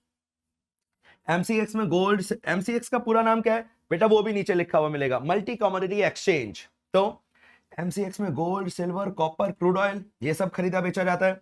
एनसीडीएक्स में wheat rice cotton spices etcetera ये सब कुछ खरीदा बेचा जाता है। तो कमोडिटी मार्केट में ना बेटा कमोडिटीज खरीदी बेची जाती हैं, ये इसकी खास बात है। और ये दो तरीके का हो सकता है, हार्ड एंड सॉफ्ट, ठीक है। कहता है इस मार्केट का यूज क्यों होता है बेटा, किसी भी मार्केट का काम होता है प्राइस डिस्कवरी, इसी चैप्टर में आपने शुरुआत में पढ़ा है। देन इसके अलावा रिस्क मैनेजमेंट, ये इस चैप्टर के शुरुआत में पढ़ा है। रिस्क मैनेजमेंट में हेल्प करता है कमोडिटी मार्केट, और प्राइस डिस्कवरी करवाने में हेल्प करता है कमोडिटी मार्केट। जो हम बीच में सुनते थे गोल्ड इतना महंगा हो रहा है, सिल्वर इतना महंगा हो रहा है, कैसे पता चल रहा है महंगा हो रहा है, कमोडिटी मार्केट है ना, कमोडिटी मार्केट से पता चलता है कि गोल्ड महंगा हो रहा है या फिर सस्ता हो रहा है, राइट सर। अब कमोडिटी मार्केट में बेटा दो पॉइंट पढ़ने हैं हमारे को, पहला सॉफ्ट एंड दूसरा हार्ड। तो सॉफ्ट में क्या है आओ पढ़ते हैं, एंड हार्ड में क्या है, दोनों एक ही पेज पे खोल के रखते हैं। हाँ दोनों पॉइंट एक साथ कर लेंगे सर। ओ सर सॉफ्ट में आएगा एनसीडीएक्स एग्रीकल्चरल चीजें, हार्ड में आएगा हमारा एमसीएक्स लाइक मेटल्स वगैरह। यहां agriculture produce that are grown, जिसे उगाया जाता है, लाइक व्हीट राइस पल्सेस, इन सब की खरीद बेच होती है। इसको खरीदने बेचने में एनसीडीएक्स प्लेटफॉर्म प्रोवाइड करवाता है, national commodity derivative exchange, EX से बना है एक्सचेंज। यहां पे वो चीजें खरीदी बेची जा रही हैं जो एग्रीकल्चर से रिलेटेड है। ये एनसीडीएक्स एक प्लेटफॉर्म देता है ताकि ट्रेडिंग हो सके। और इस मार्केट का फायदा यह है कि देश में हमारा फल फूल सब्जियां राइस चावल दाल साल इन सब का प्रोडक्शन बढ़ सके और देश में फूड सिक्योरिटी हो, हम खाने पीने की चीजों पे दूसरे देशों पे निर्भर ना रहें, हम खुद हमारे देश में ज्यादा से ज्यादा प्रोडक्शन कर सके व्हीट का राइस का पल्सेस का। इसके लिए एनसीडीएक्स काम करता है, तो ये हमारे को ध्यान रखना है। दूसरी तरफ सर हार्ड मार्केट क्या होता है बेटा, यहाँ ना नेचुरल रिसोर्सेज की बात होती है जिनकी माइनिंग होती है, लाइक जिसे एक्सट्रैक्ट किया जाता है। यहाँ ग्रोन की बात नहीं होती, यहाँ ग्रोन वाले की बात होती है, जैसे उगाया जाता है। यहाँ उगाया नहीं जाता, एक्सट्रैक्ट किया जाता है, like gold silver crude oil ये सब कुछ। और इनके प्लेटफॉर्म का नाम है, इन चीजों के प्लेटफॉर्म का नाम है एनसीडीएक्स, और इन चीजों का नाम गोल्ड सिल्वर क्रूड ऑयल, इन सब के प्लेटफॉर्म का नाम है एमसीएक्स, मल्टी कमोडिटी एक्सचेंज। तो ये हमारे को अच्छे से पता होना चाहिए। सर अभी तक दो मार्केट पढ़े आपने, पहला कैपिटल मार्केट जिसके अंदर के दो पार्ट पता होने चाहिए, स्टॉक मार्केट और बॉन्ड मार्केट। बॉन्ड में डेप्ट की बातें होती है बेटा, ओके राइट सर। देन उसके बाद अभी हमने पढ़ा कमोडिटी मार्केट, इसमें भी दो थे, एक हार्ड एंड एक सॉफ्ट। सर तीसरा बहुत आसान है बेटा, मनी मार्केट, बहुत छोटू सा भी है। क्या होता है मनी मार्केट बेटा, नाम ही सजेस्ट कर रहा है, नाम से ही पता चल रहा है यहां मनी का लेन देन हो रहा है, यहां पे डिवेंचर पिपेंचर की बातें नहीं चल रही हैं। तो कहता है शॉर्ट टर्म डेप्ट मार्केट है ये कर्जा ही शॉर्ट टर्म का है। बट तो पहली खास बात, this is for short term, okay sir. आमतौर पे एक साल तक के लिए यहां टी बिल्स यूज होते हैं, treasury bills, commercial paper use होते हैं, सर्टिफिकेट ऑफ डिपॉजिट यूज होते हैं, repo and reverse repo rate के एग्रीमेंट यूज होते हैं। यहां शेयर्स डिवेंचर्स यूज नहीं होते, यहां कुछ अलग टाइप की चीजें यूज हो रही हैं बेटा। शेयर्स डिवेंचर्स तो लॉन्ग टर्म के लिए होता है ना, यहां शॉर्ट टर्म। मनी मार्केट की सबसे बड़ी बात है ये शॉर्ट टर्म के लिए पैसा रेस करवाने में हेल्प करता है, ठीक है। सेम बात है बेटा, provide short term liquidity, short term का कैश प्रोवाइड करवा देगा, कैश फ्लो प्रोवाइड करवा देगा। और शॉर्ट टर्म का पैसा वर्किंग कैपिटल मैनेजमेंट में लगाया जाता है। शॉर्ट टर्म के पैसे से मशीन नहीं खरीदते, लैंड नहीं खरीदते, इन्वेस्टमेंट नहीं करते। शॉर्ट टर्म के पैसे से वर्किंग कैपिटल का मैनेजमेंट होता है। तो money market is a market for short term purpose only. ये आपको लिक्विडिटी दे देगा, पैसा दे देगा for short term funds, working capital के लिए काम का आता है। इसके अलावा आप चाहो कि इससे मैं मशीन खरीद लूं या फिर कोई नया सेटअप कर लूं बिजनेस, तो पॉसिबल नहीं है। क्यों? क्योंकि सर ये शॉर्ट टर्म का होता है। 3 सर कैपिटल मार्केट अंदर के दोनों क्लियर है, stock market bond market. Sir second commodity market अंदर के दोनों क्लियर है, soft market hard market. Sir third इसके अंदर कुछ नहीं था, यही पॉइंट था अपने आप में, money market for short term. Sir अगला डेरिवेटिव्स। आओ सर, डेरिवेटिव थोड़ा ध्यान से देख लेना क्योंकि इसके अंदर हमारे को 4 पॉइंट पढ़ने हैं। सब एक जैसे ही है क्योंकि सब डेरिवेटिव का ही पार्ट है, होंगे तो सिमिलर ही, बस हर किसी में थोड़ा थोड़ा सा डिफरेंस आएगा। ठीक है, राइट सर। चलो ध्यान से सुनना मेरे बेटा।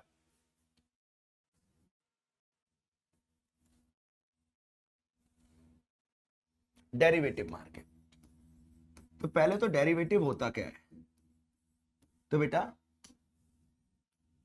किसी कंपनी का शेयर है, let's say Reliance industries limited का शेयर है, फॉर एग्जाम्पल ₹1500 का। ओके, फॉर एग्जाम्पल अब ये शेयर हम फ्यूचर में खरीदेंगे बेचेंगे। कॉमोडिटी डेरिवेटिव मार्केट की सबसे खास बात होती है फ्यूचर से रिलेट करता है, फ्यूचर से। अभी प्राइस चल रहा था इसका 1500, ठीक है। अब दो लोगों ने आपस में कॉन्ट्रैक्ट करा है, सेलर ने और बायर ने आपस में कॉन्ट्रैक्ट करा है, और कॉन्ट्रैक्ट के लिए ये 1500 रुपए का प्राइस यूज नहीं करा। 1500 रुपए से 1500 रुपए को यूज करके एक वैल्यू निकाली, यानी 1500 रुपए को यूज किया मतलब जो इसका मार्केट प्राइस था उसे यूज किया।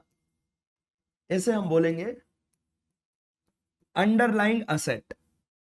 कोई एसेट है, कोई किसी कंपनी का शेयर है, उसे यूज करके हम इस कॉन्ट्रैक्ट की वैल्यू निकालेंगे, कॉन्ट्रैक्ट का प्राइस निकालेंगे।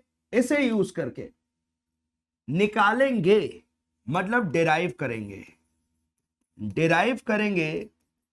इसलिए नाम बन गया डेरिवेटिव्स। जो अपने आप में कुछ नहीं है, इनकी वैल्यू इसके ऊपर डिपेंड करती है। अगर ये 1500 से 2000 जाएगा तो इधर इसमें भी चेंज आएगा। लेट्स से 1500 रुपए का अंडरलाइंग असेट था, तो यहां इसकी वैल्यू आएगी 50 रुपए, 60 रुपए। क्यों सर इतना कम क्यों? बेटा यहां शेयर थोड़ी ना खरीदा बेचा जा रहा है, यहां पे हम शेयर को खरीदने बेचने का कॉन्ट्रैक्ट कर रहे हैं, सिर्फ कॉन्ट्रैक्ट हो रहा है, उसका प्रीमियम पे हो रहा है। यहां पे हम शेयर खरीद नहीं बेच रहे, यहां पे हम उस शेयर को खरीदेंगे बेचेंगे इस बात का कॉन्ट्रैक्ट कर रहे हैं, और आज थोड़ा बहुत प्रीमियम लेन देन कर रहे हैं। प्रीमियम मतलब हल्का फुल्का पैसा लेना देना कर रहे हैं, है ना। अब ये जो लेट से मैंने बोला 50 रुपए का, ये जो शेयर का प्राइस है, ये ऊपर जाएगा तो ये 50 से ऊपर जाएगा, ये नीचे जाएगा तो ये 50 से नीचे जाएगा। मतलब इसकी वैल्यू इसके प्राइस पे डिपेंड करती है। ये ऐसे डेरिवेटिव मार्केट ऑपरेट करता है बेटा। क्योंकि हम रिवीजन कर रहे हैं, जितना शॉर्ट हो सकता था मैंने उतना शॉर्ट में बता दिया। एक अंडरलाइंग असेट की वैल्यू से हम किसी और चीज की वैल्यू निकालते हैं, दैट इज डेरिवेटिव मार्केट। ठीक है सर। अब पेपर के लिए क्या याद रखना है उसकी बातें करते हैं बेटा।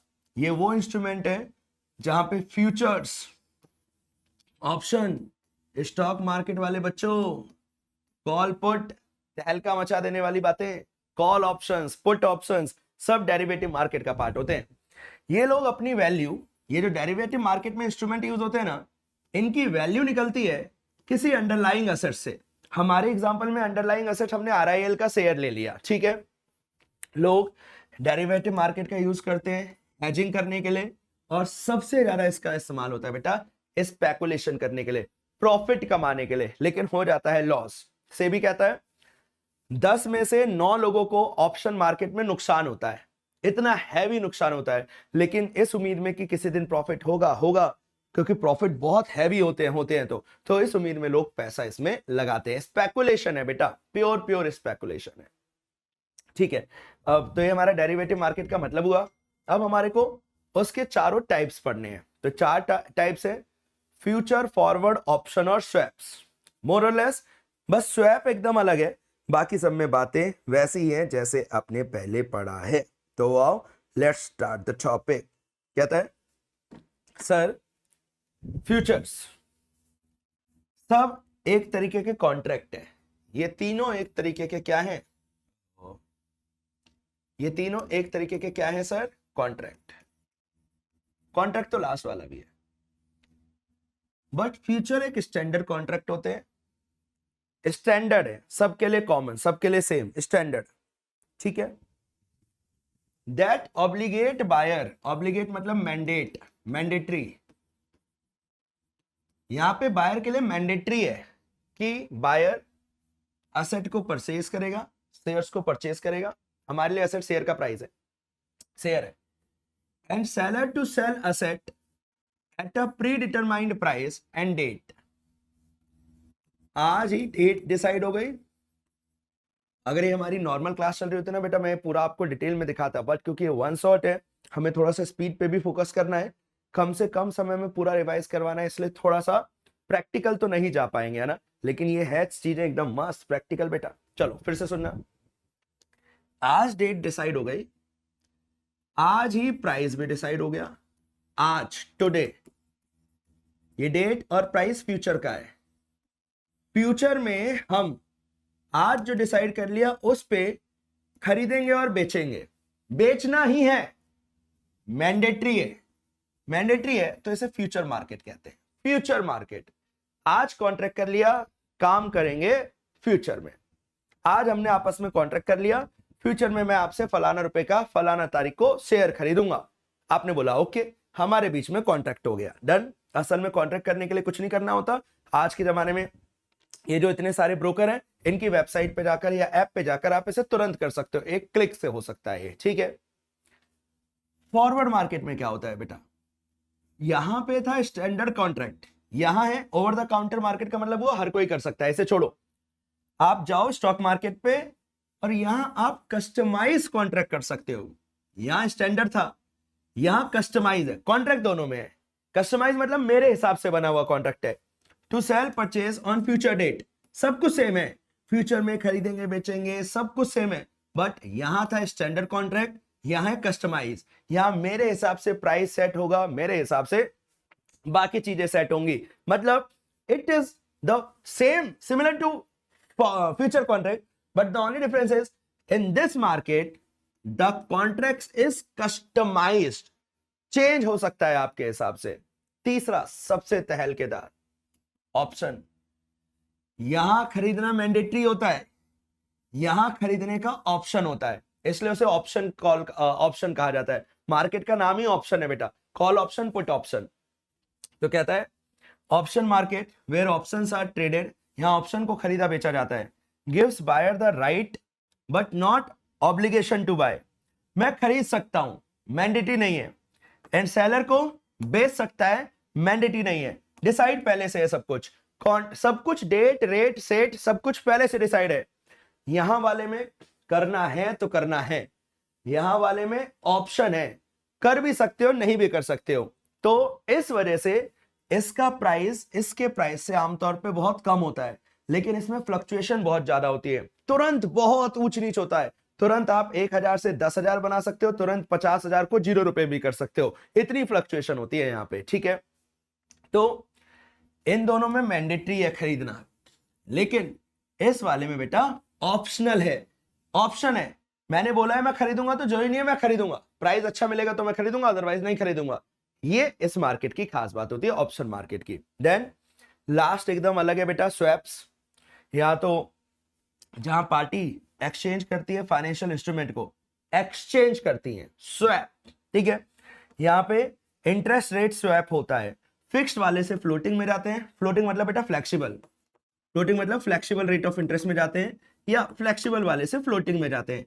जब रेट ऑफ इंटरेस्ट मेरा स्वैप हो गया, मेरा लोन चल रहा था 10% का फिक्स, मैंने उसे फ्लेक्सिबल करवा लिया, जो कभी ऊपर नीचे भी हो सकता है, या फ्लेक्सिबल चल रहा था फिक्स करवा लिया, ये जो हमने करा this is known as swaps. तो ठीक है, ये भी मार्केट में होता है, बहुत ज्यादा लेवल पे नहीं होता लेकिन हो रहा होता है। इन सब में बहुत ज्यादा पैसा कमाने के लिए ये 3 यूज होता है, और इन सब में भी सबसे डरावना होता है ऑप्शंस। डेरिवेटिव वैसे ही अपने आप में काफी बड़ी और वैसी चीज होती है बेटा, कॉम्प्लिकेटेड, लोगों को 2-2 4-4 5-5 साल लग जाते हैं फिर भी लॉस में है। तो ठीक है, थोड़ी सी हमारे को तो सिर्फ पेपर के पॉइंट ऑफ व्यू से कुछ वर्ड्स याद करने हैं और कुछ नहीं। आपको ट्रेडिंग करके दिखानी पड़ेगी क्या? क्या ऐसा क्वेश्चन आएगा कि चल बेटा ले कंप्यूटर पकड़ और ट्रेडिंग करके दिखा, प्रॉफिट निकाल के दिखा? तो नहीं सर, ऐसा क्वेश्चन आने वाला नहीं है। सर हमने 4 मार्केट कर लिए, पहला कैपिटल मार्केट, दूसरा कमोडिटी मार्केट, तीसरा मनी मार्केट, और चौथा डेरिवेटिव मार्केट, जिसके अंदर कितने पार्ट थे सर? 4। सिर्फ कीवर्ड्स याद रखने बेटा। अगला धरती का सबसे आसान point, foreign exchange market. Sir ये क्या होता है बेटा? एक डिसेंट्रलाइज मार्केट है। डिसेंट्रलाइज मतलब हर जगह काम हो रहा है। क्या मैं इंडिया में बैठे बैठे डॉलर खरीद सकता हूँ? हाँ। क्या मैं येन खरीद सकता हूँ? हाँ। यूरो खरीद सकता हूँ? हाँ। तो ये एक डिसेंट्रलाइज मार्केट है, फॉरेन करेंसी को खरीदने बेचने का market, where currencies are traded, जहां करेंसीज खरीदी बेची जाती हैं। इसकी हेल्प से आप एक करेंसी को दूसरी करेंसी में कन्वर्ट करवा सकते हो, बट ध्यान रहे भाई करेंसी है तो आरबीआई के नजर में तो रहेगा ही रहेगा। सारा का सारा कितने पे खरीदना है, कैसे खरीदना है, किस चीज के लिए खरीदना है, इन सारी चीजों पे लगातार किसकी नजर रहती है? सर इन सारी चीजों पे लगातार रहती है नजर हमारे भाई साहब की, बोले तो आरबीआई। ठीक है, अगला क्रिप्टो करेंसी मार्केट। बेटा सुना होगा बिटकॉइन काश 2011-12 में 10 20 100 500 रुपए का बिक रहा था, खरीद लिया होता तो आज अगर एक भी होता तो करोड़ों तक पहुंच चुके होते। अभी तो वैसे वो थोड़ा सा गिर रखा है, लेकिन स्टिल एक भी होता तो मजे आ जाते। कोई बात नहीं। वेयर डिजिटल करेंसी, यहाँ डिजिटल करेंसी क्रिप्टो टोकन्स खरीदे बेचे जाते हैं। एग्जाम्पल कौन नहीं जाने हैं जग में इसे? बिटकॉइन, इथेरियम, ये अलग अलग ब्लॉकचेन नेटवर्क पे काम करते हैं। ब्लॉकचेन नेटवर्क बेटा साइंस का वर्ड है, हमारे लिए काम का नहीं है, ठीक है। अगर आपको खरीदने बेचने हैं तो ऐप है इनकी, coin DCX, coin switch, Kuber. Bharat में एक तरीके से ऑथराइज नहीं है, तो भारत में थोड़ा रिस्की है। बाकी देशों में तो ये काफी बड़े स्केल पे काम कर रहा है। क्रिप्टो मार्केट, जहां पे क्रिप्टो करेंसीज को खरीदा बेचा जाता है, ये ब्लॉकचेन नेटवर्क पे काम करता है ना। एग्जांपल में आप लिख सकते हो बेटा spot market, not spot, it is spot market. ये कैश फिजिकल मार्केट है जहां बाइंग सेलिंग होती है फाइनेंशियल इंस्ट्रूमेंट की तुरंत, स्पॉट, ऑन द स्पॉट, फैसला on the spot. Future market में फ्यूचर में होता है, डेरिवेटिव मार्केट में फ्यूचर में होता है, स्पॉट मार्केट में अब भी के अब भी, इधरिच, ठीक है। इमीडिएट डिलीवरी होती है, लिक्विडिटी प्रोवाइड करता है, तुरंत पैसा मिलता है बेटा, तुरंत इमीडिएट डिलीवरी होती है, फिर सारा लेन देन तुरंत हो जाता है। अगला है बेटा interbank market, interbank lending market. ये किस लिए इस्तेमाल होता है सर? बेटा जब किसी कमर्शियल बैंक को ना शॉर्ट समय की, आमतौर पे एक एक दिन की, शॉर्ट टर्म की पैसों की जरूरत होती है ना, किसी भी चीज की वजह से जो कमी हो गई पैसों की, उस चीज की कमी के लिए वो दूसरे बैंकों से पैसा लेते हैं, और दूसरे बैंकों से पैसा लेते हैं, यही तो टॉपिक है। इंटरबैंक, एक बैंक दूसरे बैंक से हेल्प ले रहा है, और ये होता है, प्रैक्टिकली होता है। Banks lend and borrow short term funds from each other, एक दूसरे से लेन देन करते हैं। ये इसलिए करते हैं ताकि टेम्पररी शॉर्टेज को फुलफिल किया जा सके। क्लियरिंग कॉर्पोरेशन इस चीज में हेल्प करता है। क्लियरिंग कॉर्पोरेशन ऑफ इंडिया सरकारी संस्था है, ये इंटरबैंक लैंडिंग मार्केट को अच्छे से ऑपरेट करवाने में हेल्प करती है। क्या सर ये crypto currency market, interbank lending market, money markets, क्या ये सब कुछ डिटेल में है क्या? नहीं मेरे बेटा, सबके ऊपर आपको एक शॉर्ट नोट लिखना आना चाहिए, एकदम छोटा सा। अगर आप वो लिख पा रहे हो तो ये आपका टॉपिक एकदम बढ़िया हो चुका है। अगर आप कीवर्ड्स याद नहीं कर पा रहे, जैसे इसमें बैंक लैंड करता है एक दूसरे से, temporary shortage, CCI clearing corporation of India, अगर ये हम वर्ड्स याद कर ले तो बढ़िया। अगर ये याद नहीं हो रहे तो फिर भाई दिक्कत हो सकती है। बोलो बेटा क्लियर है क्या?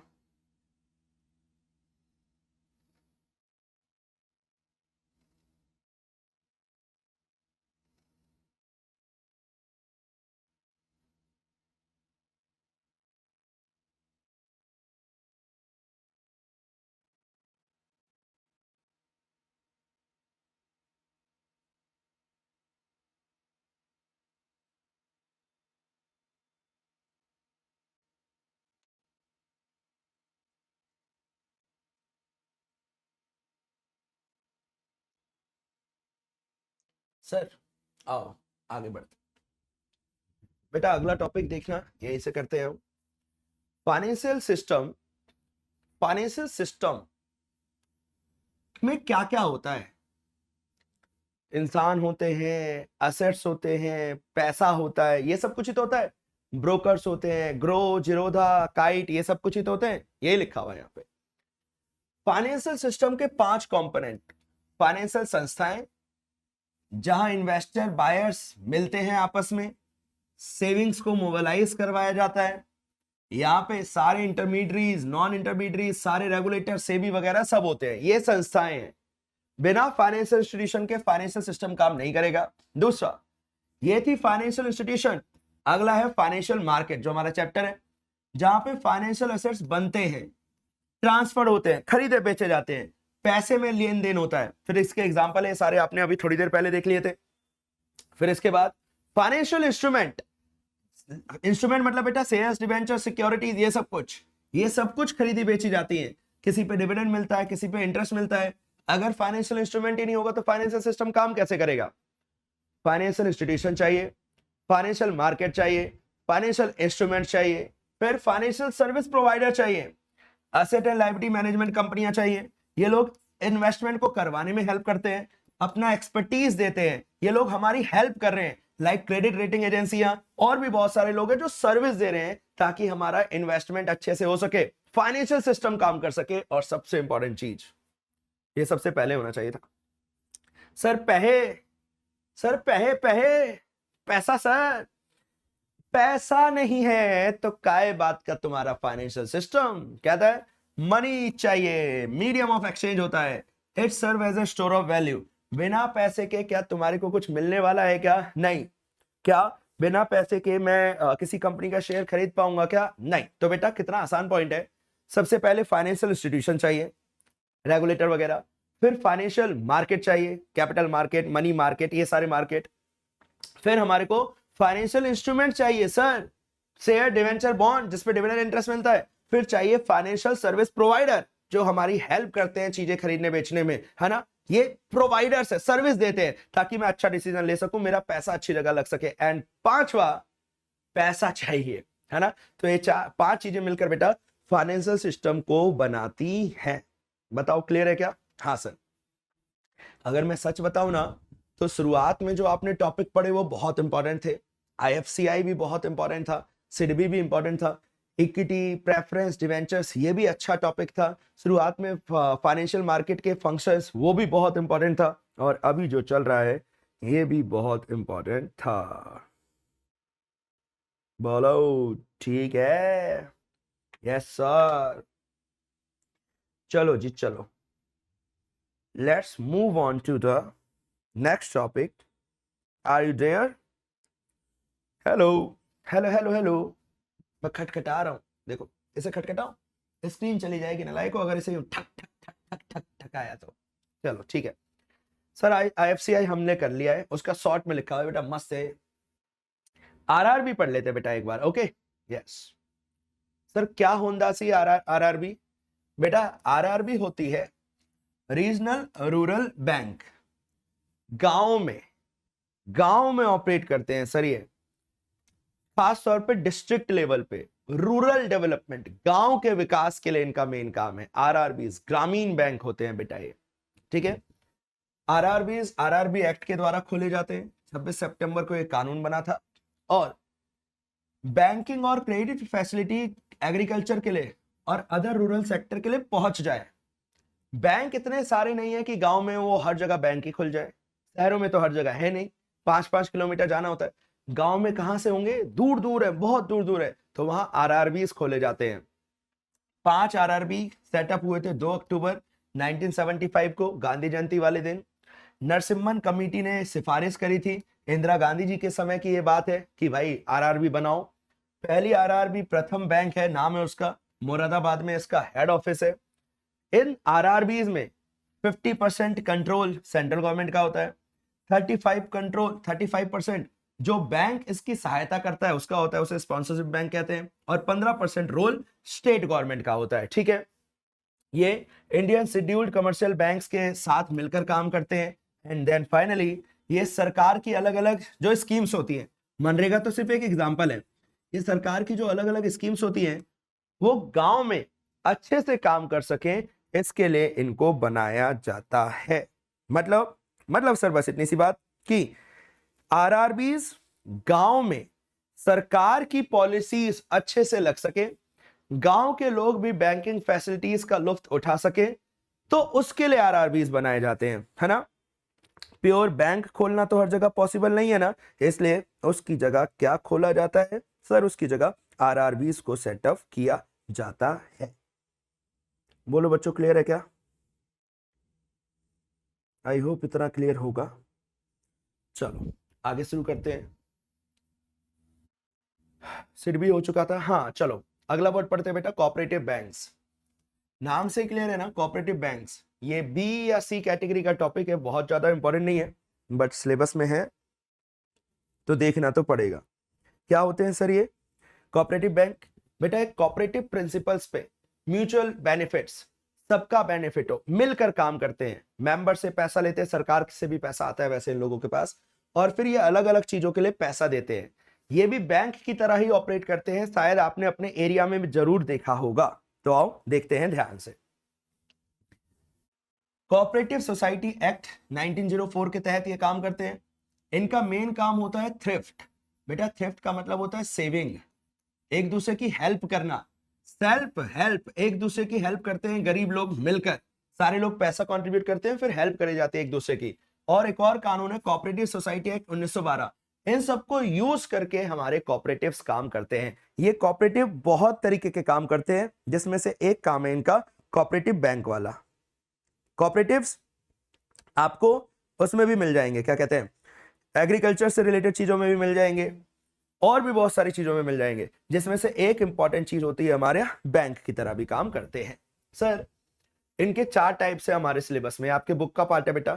पहला सेंट्रल कोऑपरेटिव बैंक, दूसरा स्टेट कोऑपरेटिव बैंक, तीसरा आपके सामने लिखे हुए सारे, तीसरा प्राइमरी कोऑपरेटिव बैंक, और चौथा लैंड डेवलपमेंट बैंक, ये रहा डीवा, आपको दिख नहीं रहा होगा। Sir first state cooperative bank district level पे ऑपरेट करते हैं, ठीक है। सॉरी पहला तो ये था, सॉरी पहला ये।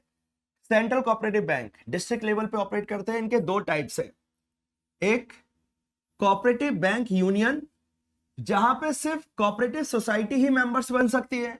एक मिक्स्ड कंट्रोल कोऑपरेटिव बैंक, जहां मेंबर्स इंसान भी हो सकते हैं और सोसाइटी भी हो सकती है। दोनों में डिफरेंस देखना, पहले वाली में कोऑपरेटिव बैंक यूनियन में सिर्फ कोऑपरेटिव बैंक मेंबर हो सकते हैं, लेकिन मिक्स्ड वाली में मेंबर सोसाइटीज भी हो सकती हैं और इंसान भी हो सकते हैं। मैं भी पार्ट बन सकता हूं, कौन सी वाली का? मिक्स्ड वाली का, यूनियन वाला मेरे लिए नहीं है। फिर दूसरा स्टेट कोऑपरेटिव बैंक, बेटा डिस्ट्रिक्ट लेवल पे ऑपरेट करते हैं, सारे डिस्ट्रिक्ट लेवल पे ऑपरेट करते हैं वैसे। फिर प्राइमरी कोऑपरेटिव बैंक, इन लोगों को पैसा मिलता है आरबीआई से, आईडीबीआई से। फिर लैंड डेवलपमेंट बैंक, इसे नाबार्ड रेगुलेट करता है, इसकी फुल फॉर्म लिखी हुई है national bank for agricultural and rural development. मतलब इन शॉर्ट गांव के एरियाज, वैसे तो ये शहरों में भी होते हैं, लेकिन इनका मेन काम है गांव के एरियाज को अच्छे से टारगेट रखना और उनकी जो जो प्रॉब्लम है उनको सुलझवाना। खासतौर पे जो भी पैसों की प्रॉब्लम है, जो भी एग्रीकल्चर करने में दिक्कतें आ रही हैं, डिस्ट्रिक्ट लेवल पे जो जो प्रॉब्लम्स है उन सबको अच्छे से निपटारा मिल जाता है। यहाँ पे सारे लोग मिलकर काम करते हैं, ये इनकी सबसे यूनिक बात होती है। बोलो भाई, डन है क्या? याद रहेगा क्या? क्या पेपर के लिए इंपॉर्टेंट है? बेटा बहुत ज्यादा तो नहीं है, बट है। अगला पॉइंट ना, एक मेरे को आपको बुक से भी दिखाना है। एनबीएफसी के टाइप्स हैं कुछ 6-7 टाइप्स, तो आप पेपर के लिए नाम थोड़ा बहुत ध्यान रख के जाना, पेपर के लिए बहुत इंपॉर्टेंट नहीं है, बट फिर भी हम उसे एक बार देख लेंगे, है ना, लास्ट में। सर एनबीएफसी और बैंक में डिफरेंस क्या है? बेटा बैंक लोग ना, जो बैंक होते हैं लोगों से पैसा लेते हैं और आगे लोगों को लैंडिंग करते हैं, लेकिन जो एनबीएफसी होते हैं ना, ये डिपॉजिट एक्सेप्ट नहीं कर सकते, ये सिर्फ आगे लैंडिंग करते हैं। ये लोग पेमेंट सेटलमेंट सिस्टम का पार्ट नहीं होते। ये लोग मतलब खुद से लोगों से पैसा डिपॉजिट करने के लिए नहीं बोल सकते। अब मेरे से आपने लोन लिया है, अब आप वापस कर रहे हो वो तो चलेगा, लेकिन उनका सेविंग अकाउंट का पैसा यहां नहीं डल सकता। मतलब ये बैंक की तरह ऑपरेट नहीं करते, इसलिए हम इन्हें नॉन बैंक कहते हैं। बट ध्यान रहे, दोनों का रेगुलेटर एक ही है, आरबीआई। तो एक बार इसे शॉर्ट में देख लेते हैं, पता होना चाहिए हमारे को। NBFC can not accept deposit, can not issue cheques drawn on itself. ये चेक इशू नहीं कर सकते जो खुद के ऊपर ड्रॉन है। मतलब आपको किसी एनबीएफसी कंपनी का चेक नहीं मिलेगा, स्टेट बैंक का, एचडीएफसी का, सबका चेक मिलेगा, इनका नहीं मिलेगा। दूसरा, ये लोग लोगों से डिपॉजिट एक्सेप्ट नहीं कर सकते। इनके बेटा ये ना बहुत अच्छी बात है, DICGC, इसमें पूरा नहीं लिखा, मैं आपको बता रहा हूं, पूरी स्कीम का नाम है DICGC। आप गूगल करना, आपको मिल जाएगा। DICGC आरबीआई की सब्सिडरी कंपनी है। जो भी हम पैसा बैंक में रखते हैं ना, उसका इंश्योरेंस करवाती है। हमारे डिपॉजिट पे इंश्योरेंस करवाती है DICGC।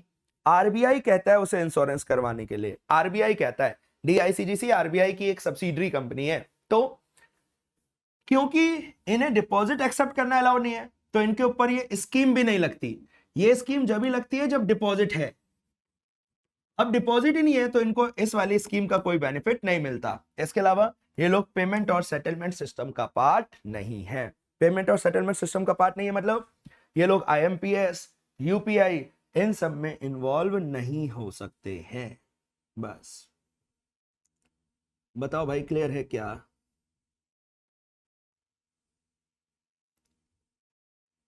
क्या सर पेपर में आ सकता है? बेटा आ तो सकता है, बट मतलब बहुत ज्यादा, हद से ज्यादा इंपॉर्टेंट टॉपिक नहीं है, लेकिन हमें आना चाहिए। Done, right sir. अब ना मेरे को आपको क्या दिखाना है, चैप्टर में ज्यादा कुछ है नहीं। हाँ, एक मिनट रुक जाओ।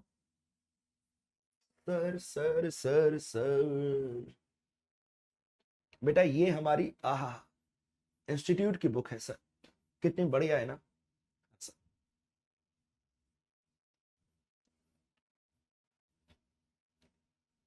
ये सब कुछ आपका हो रखा है, डिवेंचर, शेयर्स, इन सब के फायदे नुकसान सारे पॉइंट ऑफ व्यू से। ये जो अभी आप पढ़ रहे थे बेटा वो ये वाला पॉइंट था, सेटलमेंट वेटलमेंट का पार्ट नहीं होते। DICGC, यहाँ देखो पूरा नाम लिखा है, deposit insurance credit guarantee corporation, DICGC ये इसका पूरा नाम होता है। ठीक है, ये लोग लोगों से डिपॉजिट एक्सेप्ट नहीं कर सकते, चेक इशू नहीं कर सकते, तो सारे पॉइंट यही के हैं। अब सर एनबीएफसी के बारे में ना, एनबीएफसी के कुछ टाइप्स लिखे हुए हैं, तो वो मैं आपको एक बार दिखा देता हूं। हर कंपनी की कुछ यूनिक बातें, वो बस एक बार हमारे को थोड़ा सा ध्यान रखना है, बहुत ज्यादा पेपर के लिए इंपॉर्टेंट नहीं है। शुरू करते हैं सर। पहले एनबीएफसी का नाम है ICC, investment and credit company. इनका मेन काम क्या है? इनका मेन काम है ये एडवांस देते हैं फॉर एक्टिविटी कि लोग शेयर्स खरीदें। ये इन्वेस्टमेंट करने के लिए पैसा देते हैं, ये इन्वेस्टमेंट करते नहीं है, इन्वेस्टमेंट करने के लिए पैसा देते हैं अलग अलग लोगों को या कंपनियों को। अगला हाउसिंग फाइनेंस कंपनियां, ये वो होती हैं जिनका असेट का 60% हिस्सा लोगों को मिला हो घर बनाने के लिए, जिसमें से 50% इंडिविजुअल्स को लोन मिला हो घर बनाने के लिए, हाउसिंग के लिए पैसा देती हैं। इंफ्रास्ट्रक्चर फाइनेंस कंपनियां, नाम ही से ही क्लियर है, ये वो एनबीएफसी है जो इंफ्रास्ट्रक्चर को प्रमोट करने के लिए लोन देती हैं। इंफ्रास्ट्रक्चर डेप्ट फंड, ये भी इंफ्रास्ट्रक्चर के लिए देती हैं पैसा, लेकिन ये डेप्ट नेचर का देती हैं। फिर कोर इन्वेस्टमेंट कंपनी, इनका मेन काम क्या होता है?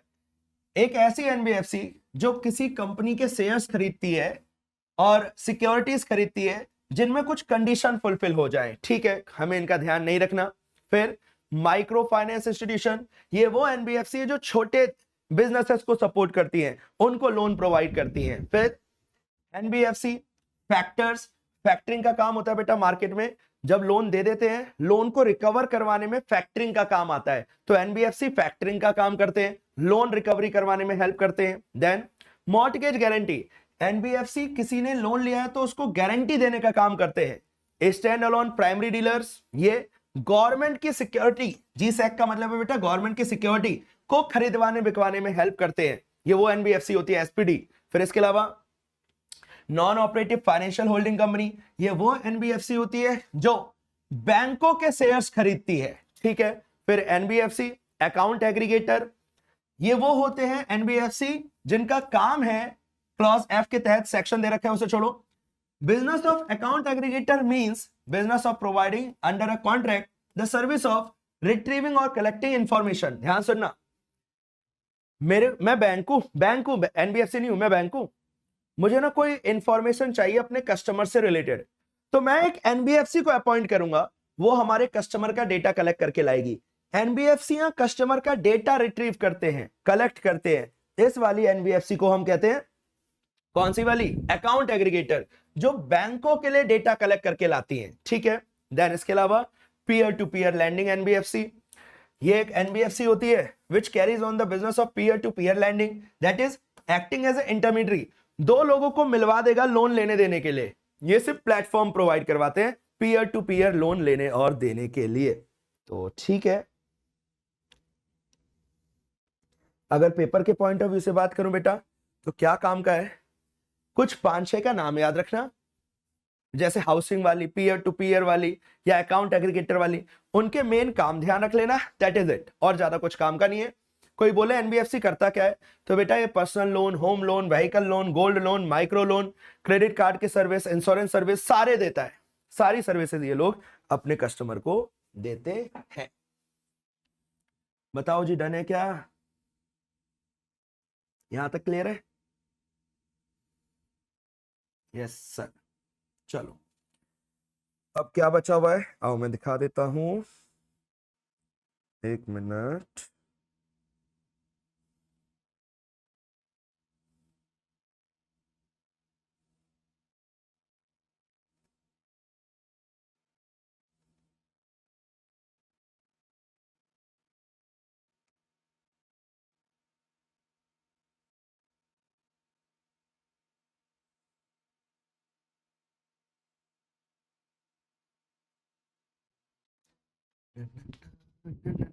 NBFC done, yes sir.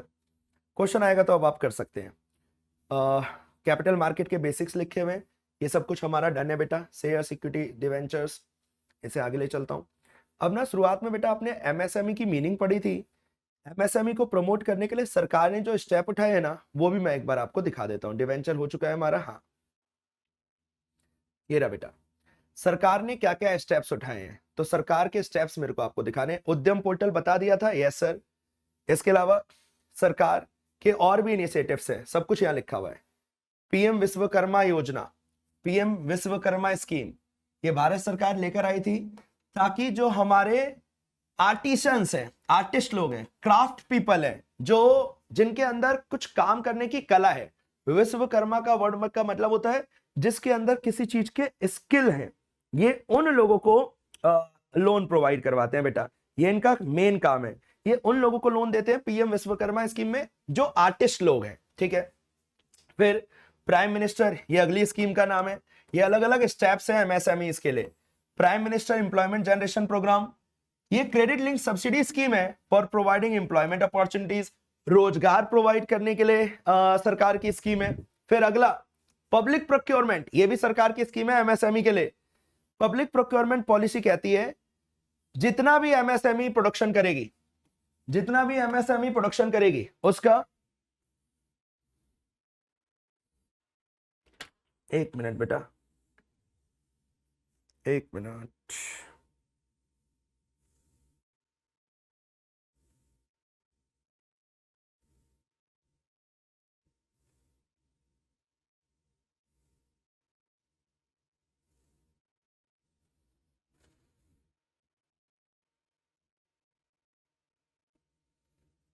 चलो सुनना ध्यान से।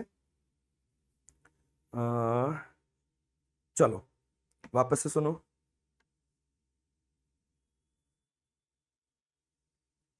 तो जितना भी एमएसएमई प्रोडक्शन करेगी जो भी चीज का, सरकार ने बोला भाई तू टेंशन मत ले, उसका 25% सेंट्रल मिनिस्ट्री खरीदेगी, डिपार्टमेंट खरीदेंगे, हम लोग खरीदेंगे, सरकारी ऑफिस खरीदेंगे।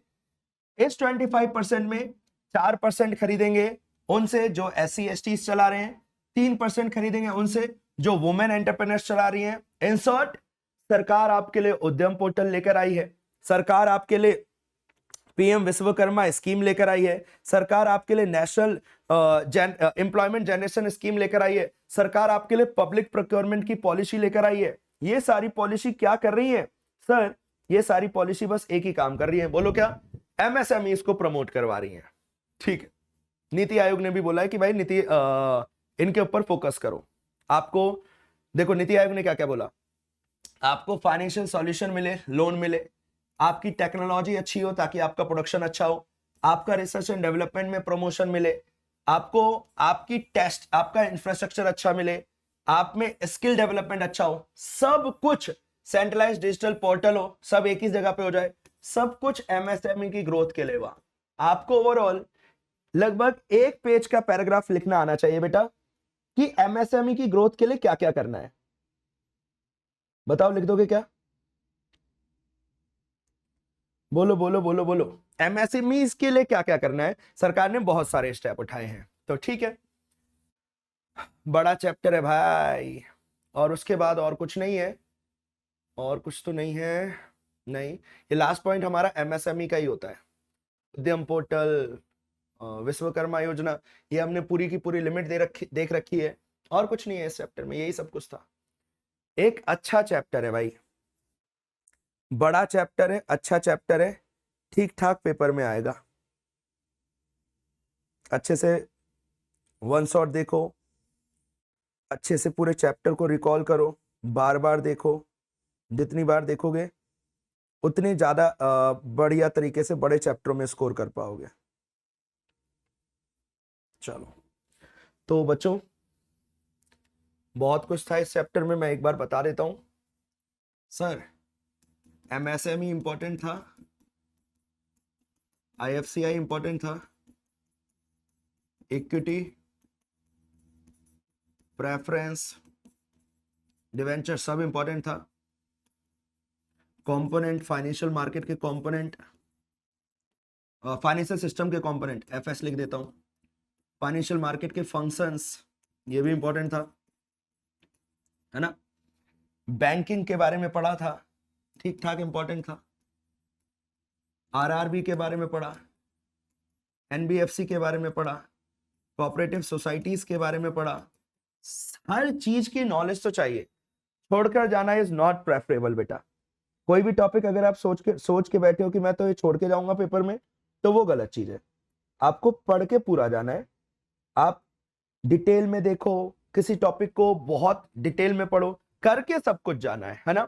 ओवरऑल जब आप फर्स्ट टाइम खुद से पढ़ रहे होगे तो give this chapter at least 3 to 4 hours, फिर उसके बाद सेकंड रिवीजन में 2.5 घंटे, फिर उसके बाद 1.5 घंटे। 1.5 घंटे में at any cost last revision हो जानी चाहिए। 1.5 घंटे से अगर आप ज्यादा लगाओगे ना तो पक्का फिर मतलब बाकी सब्जेक्ट आपका खराब हो सकता है। तो मैक्सिमम 1.5 घंटे ही लगाने हैं आपको इस चैप्टर में। बोलो डन।